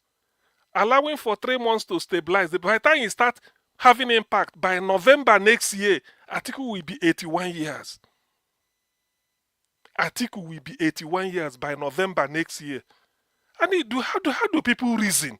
How can you see the future of your children and grandchildren in an 80-year-old man? Do people reason at all? And they say talking of Atiku, strategy. Obi should do this. Obi should fight. Fight what? Nigeria is in a complete mess. What you do is, who is the person that can do the job? Find the person, say, let's continue. You say, shame. And people abroad are even supporting it. When you ask, I never get candidate. What candidate will you manufacture one from heaven? Tell me a candidate that is better than Obi. Okay, if you feel you are better, why can't other candidates say, since it's competition, why can't the Atiku stand up and say, go and investigate my past? All of them, why can't they say it? Why can't they stand up and say, go and investigate me? If you find anything incriminating, and stop campaigning. Let them, it's a challenge, you'll be true to them. I don't know why. When we are abroad, we like to be where something is, very open. Then when you not talk of Nigeria, people will be promoting evil indirectly. Look at Professor Nwokobia, what he's saying. Look at such a man with all your education. All you are talking, even is insulting obedient, that he doesn't care. Peter Obi use the type of people he surround himself with. Abraham Lincoln, the best friend Abraham Lincoln had was the person that criticized it. So no, Peter Obi doesn't surround. Now people, if you come to Peter Obi and you haven't conquered greed, you will just after a while you fall on the wayside. Ask Kenneth Okonkwo that is messing himself up. Professor Nwokobia, look at what we are talking. Instead of you to say, with your education, you tell Nigerians, this is the place to go. People are still bringing Atiku. Ordinarily, why should Atiku have an oil well? Let's face the truth. Why should how many private people in America has oil well? If you become a minister in America or president, you go and have oil well in Texas. Is it possible? It's not. Why is it in Nigeria they say that oil well belongs to federal government, yet individuals are having it as their own? Atiku just pay just dollar anywhere you want, using money to buy people because he's 80. Please, if people, you see, let us search our conscience. If you feel that the way Nigeria is run is the best, go back to Nigeria and live there. I excuse so many things that happen in Nigeria because some of them do not see the light. They don't know. They listen to us, so we have to be telling them, look, this is the way the country is run. That's what Obi lived in the UK. He was here doing business. He receives the royal accent every year for honesty, integrity, and transparency. He receives it, greeting them just to thank you because of the way he's doing. Now, such a man want to be at the hem to tell you that you have to be clean. Have you ever heard that since Obi was governor of Anambra State, those that worked with him, EFCC is dragging anybody? It's not possible. Go and check. All the people that worked with Obi in Anambra State, none of them is being challenged by EFCC. Because how can you steal money? That's what Obi said. If I'm not stealing, then you, my junior, you can't steal now. You cannot. It's simple, and that is why they don't want him there. Because when he goes there, if he's not stealing, then how can you then steal? If he's using a made in Nigerian car as president, how then can you be saying you are senior president, you should have a Mercedes from Japan? I mean from Germany. You line up a convoy. 6 convoy will be just for one person. If the president does not go through with convoy, how can you? So this is what we are saying. Those of us abroad, we should help. The way we help Nigeria, not just by sending money. Preach, tell them that this is the way life is. This is the way the world looks like. A minister of internal affairs, what they call Home Secretary in the UK, was removed from office in the UK because of £5. Just say 5 naira. £5. Just to, why? She made an expenses. She wanted to submit a claim. It was, the addition they did, it was more than with £5. Maybe instead of saying 10 plus 4 plus 5, that will give you £14. Maybe they wrote something like 19. They said, why? When they found, it was a £5. Jackie Smith, for those who may be listening, Jackie Smith is a lawyer, Minister for Home Affairs. She resigned at the House of Commons. She tendered and she apologized. £5 though, or call it 5 naira. As at then, £5 should be 5 times 250. The exchange rate then. £5, he resigned. £5. 5 minutes more. £5. The guy resigned. 5 minutes. The woman resigned. But in Nigeria, this is what you hear: stealing. You mean 5 minutes? You mean 5 minutes for all of us? Thank you, Jare. Yes, so. Okay then. Dr. CM don't take the whole time finish. Okay then. Anyway, but when you are on point, there is no. When you are on No, point, it's true. It's true. it's Because always sometimes Nigeria listen. Watch, we have to preach this, because when you hear people living abroad, I can understand the Nigerian in Nigeria phoning, start to talk to us about but you are living abroad, you've seen light. You can't control you to pay. If you don't pay your tax anyway, you dare not now. But people will be telling you Tinubu is a strategist, a criminal. You know, I think you've said it all. I just want to,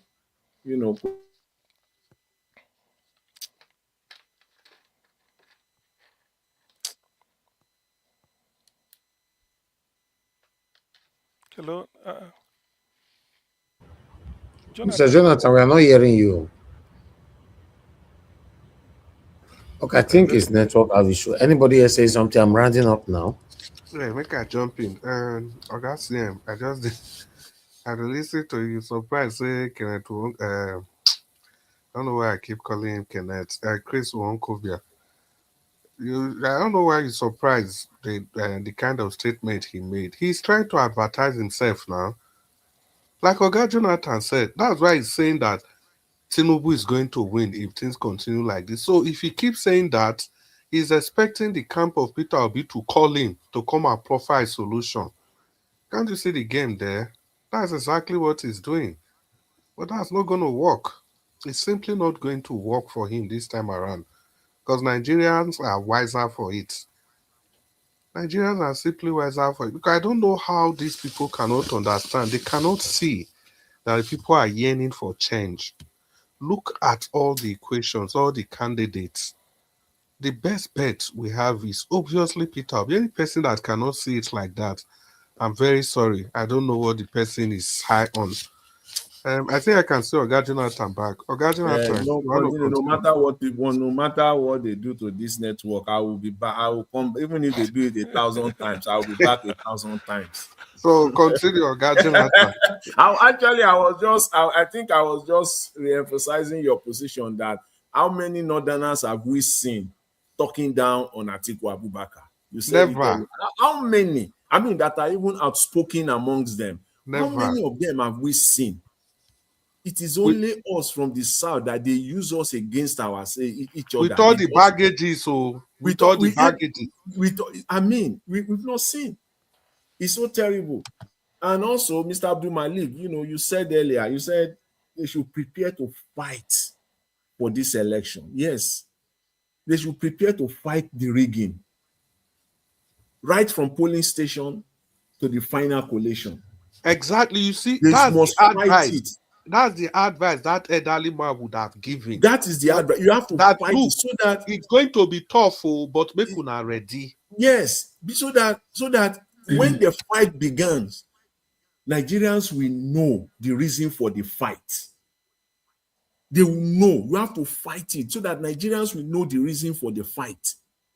And that preparation has to begin now. It's not something that we do. You must. And I think it also yesterday, somebody was talking about when one guy, I think it was Give Us a Mandate. He mentioned one guy who said, "Come and hire me. Come on, I'm ready to be rented." Something to that effect. I'm ready to be rented. And Mr. Alex, even use scriptural references to dig deeper into it. Yes, and it is true. You must have your own people. You cannot just lie low.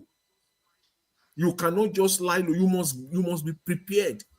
Fire for fire. Come to this 2027. And finally, let me say this on this.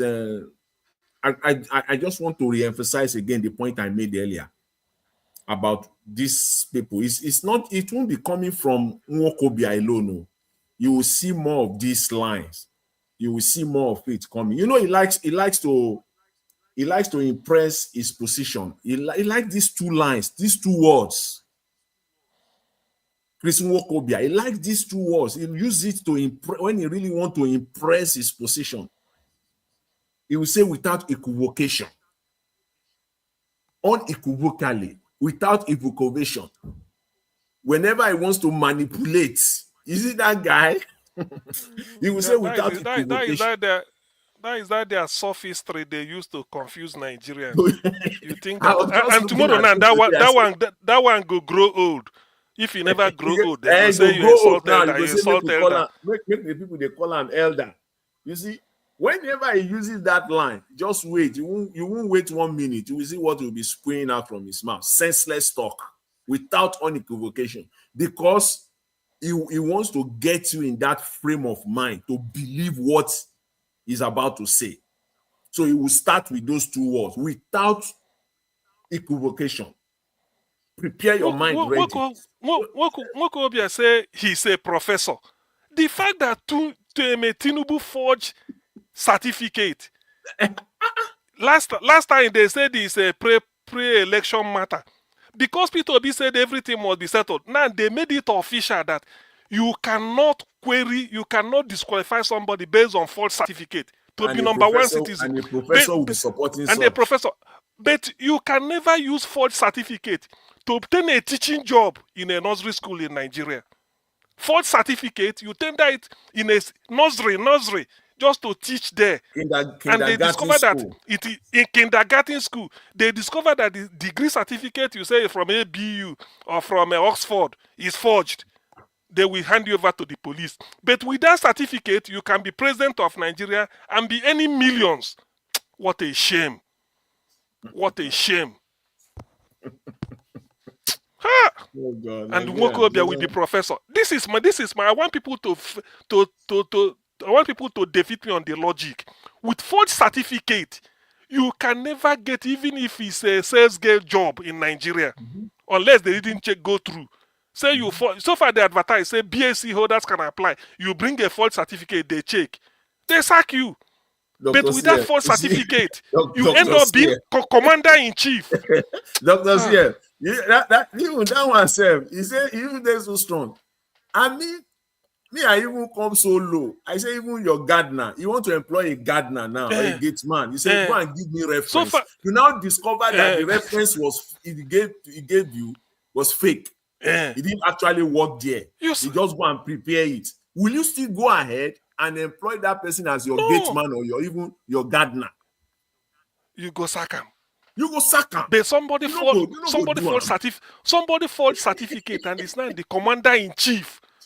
To living in the best house in Nigeria with the best security, they fly with billions. Of the land. That's highest office of the land with forged certificate.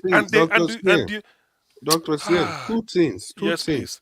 You see all this forgery we are shouting about now. It's no longer applicable again in the law they are adjusting. And secondly, that is the people that will rig the election, they can no longer be held accountable. Yes. Those are the two important additions we must all remember. Yes. Now. So the people are the INEC officials, people that will manipulate it, they don't need to go to court again. So they will simply tell those people, don't worry, write any figure, we will be there to defend you in court. They don't need to go. That's what the new law says. So these are the kind of things we all should be looking out for. I expect Nwokobia to be talking about those kind of things. Who was saying it yesterday? I can't recall. I heard this somewhere. Somebody made some very important point. He said, the rigging in Nigeria, only God will save us. Even those that they use, all these NYSC, some of them, that is the first job they will be exposed to in their lives, and it is corruption. The first thing they will be exposed to in their life. I think it was Dr. CM or somebody was making that analogy yesterday. The first thing they will be exposed to, I don't know where I heard this somewhere. The first thing they will be exposed to in their life is corruption, and they will tell them how to cover it up. They will teach them how it will be covered up. The first thing, some of them have never worked in their life to get paid. Not in their life, but that's the first time they will work. And it is stealing. It is stealing. Look at that exposure. For me, that was so profound.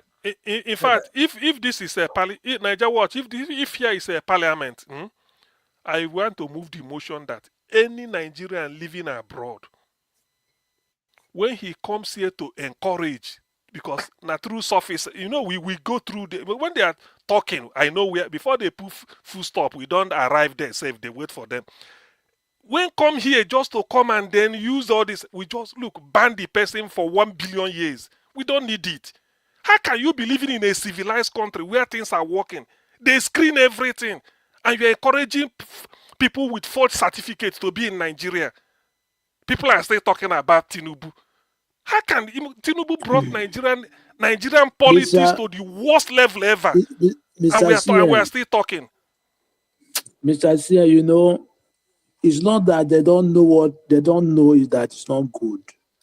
But just because they are, I don't understand the way I will call them. Let them not come here. Let them not come here. Let them not come here. No, I know. I want to tell you something. Let them not come here. How can a country, when forgery is legal, how do you expect other country will respect such country? Can you imagine? Just example, how can you expect international body will respect such country? Where forgery is legal? Abdul Malik, you see, it's okay for all these people to be blaming Peter Obi. Nwokobia is a professor of law. Okonkwo is a lawyer. They didn't see all this landmine. It will have to take an Igini who is not interested in anything to point out these things. Now, what I expect them to do if they are really serious, there's a provision in our constitution, and I sincerely hope that when this whole thing settles down, the NDC, they are going to challenge that electoral act. The provision simply says that if any bylaw, any laws at all that has been instituted for the governance of any sub-entity in Nigeria, if it is in conflict with our constitution, then that law cannot stand. So obviously, those laws, the laws that they want to use for the election, they are in conflict with our constitution. So those laws ought not to stand. So I'm very, very sure. But when, you see, Chris, what we are saying is, in ideal situation, we know. But this criminal government, if you bring it to that court, the judge will go try him. The fee say they leave, or then go have judicial holiday. There's a way they do. All of a sudden, no, listen. All of a sudden, then go have judicial holiday. Say they are not sitting for the next 3 weeks or 6 months. By the time they come back, May 29 don't reach, they swear I'm in. They say, when you come, say, this now past the election. Dr. Cien, it has been overtaken by time. Dr. Cien, no, I'm telling you. Yes. Assuming you were here 3 days ago, there was something we said. Who was that? I think it was Give Us Our Mandate. See, the thing is that it's going to be aura for aura. Everybody, we are going to ensure that the election, they will not even allow them to rig the election in the first place. So this will not be gentleman anything again. There's nothing like I agree. That's why I'm very happy with the person of Dixon Seraki. Dixon Seraki not be gentleman, not be any kind. Okay. May we let peace reign. No. He's not let peace to no, he's not in that category. So what we'll do is to avoid that kind of manipulation at the polling unit. That's the only thing that excites me about this Kwankwasia movement. If you people want to know who the Kwankwasia movement is, go and look at what they did in Kano. How those guys defended that election result. They defied the federal government. I hope it will rub off on the rest of Obedient too, so that everybody will just, because this is so shameful. It's even that's why when I hear people, when people go even they talk. Their offense now? Why people believe ADC? Why they are made them trap them? That's exactly. all. Exactly. That is the thing. When they trap them, before you know they bring Atiku, 80 years old man. Is that where you are going to see your future? Look at what Obasanjo wrote about Atiku. Look at what Obasanjo wrote about Atiku. Why would I call her Nwokobia? Doctor, now that you see that section that you quoted now, Mr. Chris, about the Constitution, is very, very profound. I know that we have this lawless government, but it's very, very important that we push that out. They cannot Yeah. get away with it. It's I think it's section 1, subsection 3. I just search it. It's section 1, subsection 3. Is you won't even go deep. I think in the first 20 pages of that constitution, because it's so important. It's not that they hide it. If they want to hide something in a constitution as voluminous as that, in a document as a constitution, they know how to hide it. Not the first 10 pages. It's very, very clear. Very, very clear. Because they know there will be crooked people who want to circumvent this thing. And this is it. So that thing will not hold water. It won't hold. They will fight it. Not to. It ought not to. All right. All right. Let's continue from where we stop. Thank you very much, everyone. I appreciate you all. Thank you, Dream Nation, Oga CM, Oga Chris. Thank you, Abdul Malik, Oga Jonathan. God bless you all. Thank you. Give us a mandate, Mandarita, and many, many more that came into the panel. I appreciate you all. And thanks for calling in as well, Mother Debbie. I appreciate those of you that chatted the platform today. Thank you, Blessed Lady Grand. Thank you, Lady Positive. Thank you very much. Same girl, Mother Peggy Modi, Kenny Bai. Thank you very much, Mr. Joseph Oji. Thank you very much, people. I appreciate you all. All right, we've come to this end of this broadcast. Mother of Mommy Diaspora, thank you very much, my lovely mother. I appreciate you for that you do. Thank you, Abba Azi. God bless you. God bless every one of you right there, Mother Peggy Modi, Mother Stella Macedo. Thank you very much. Mother Eugenia, thank you, Shooks. Thank you very much. I appreciate you. Madam Emmy, thank you. Love Manduka and many, many others. Guys, join us again later on by 7 by God's grace. Let's continue from where we stop. Come to the end of this particular broadcast. I'll see you guys again tomorrow. Take care. Good night. Bye for now.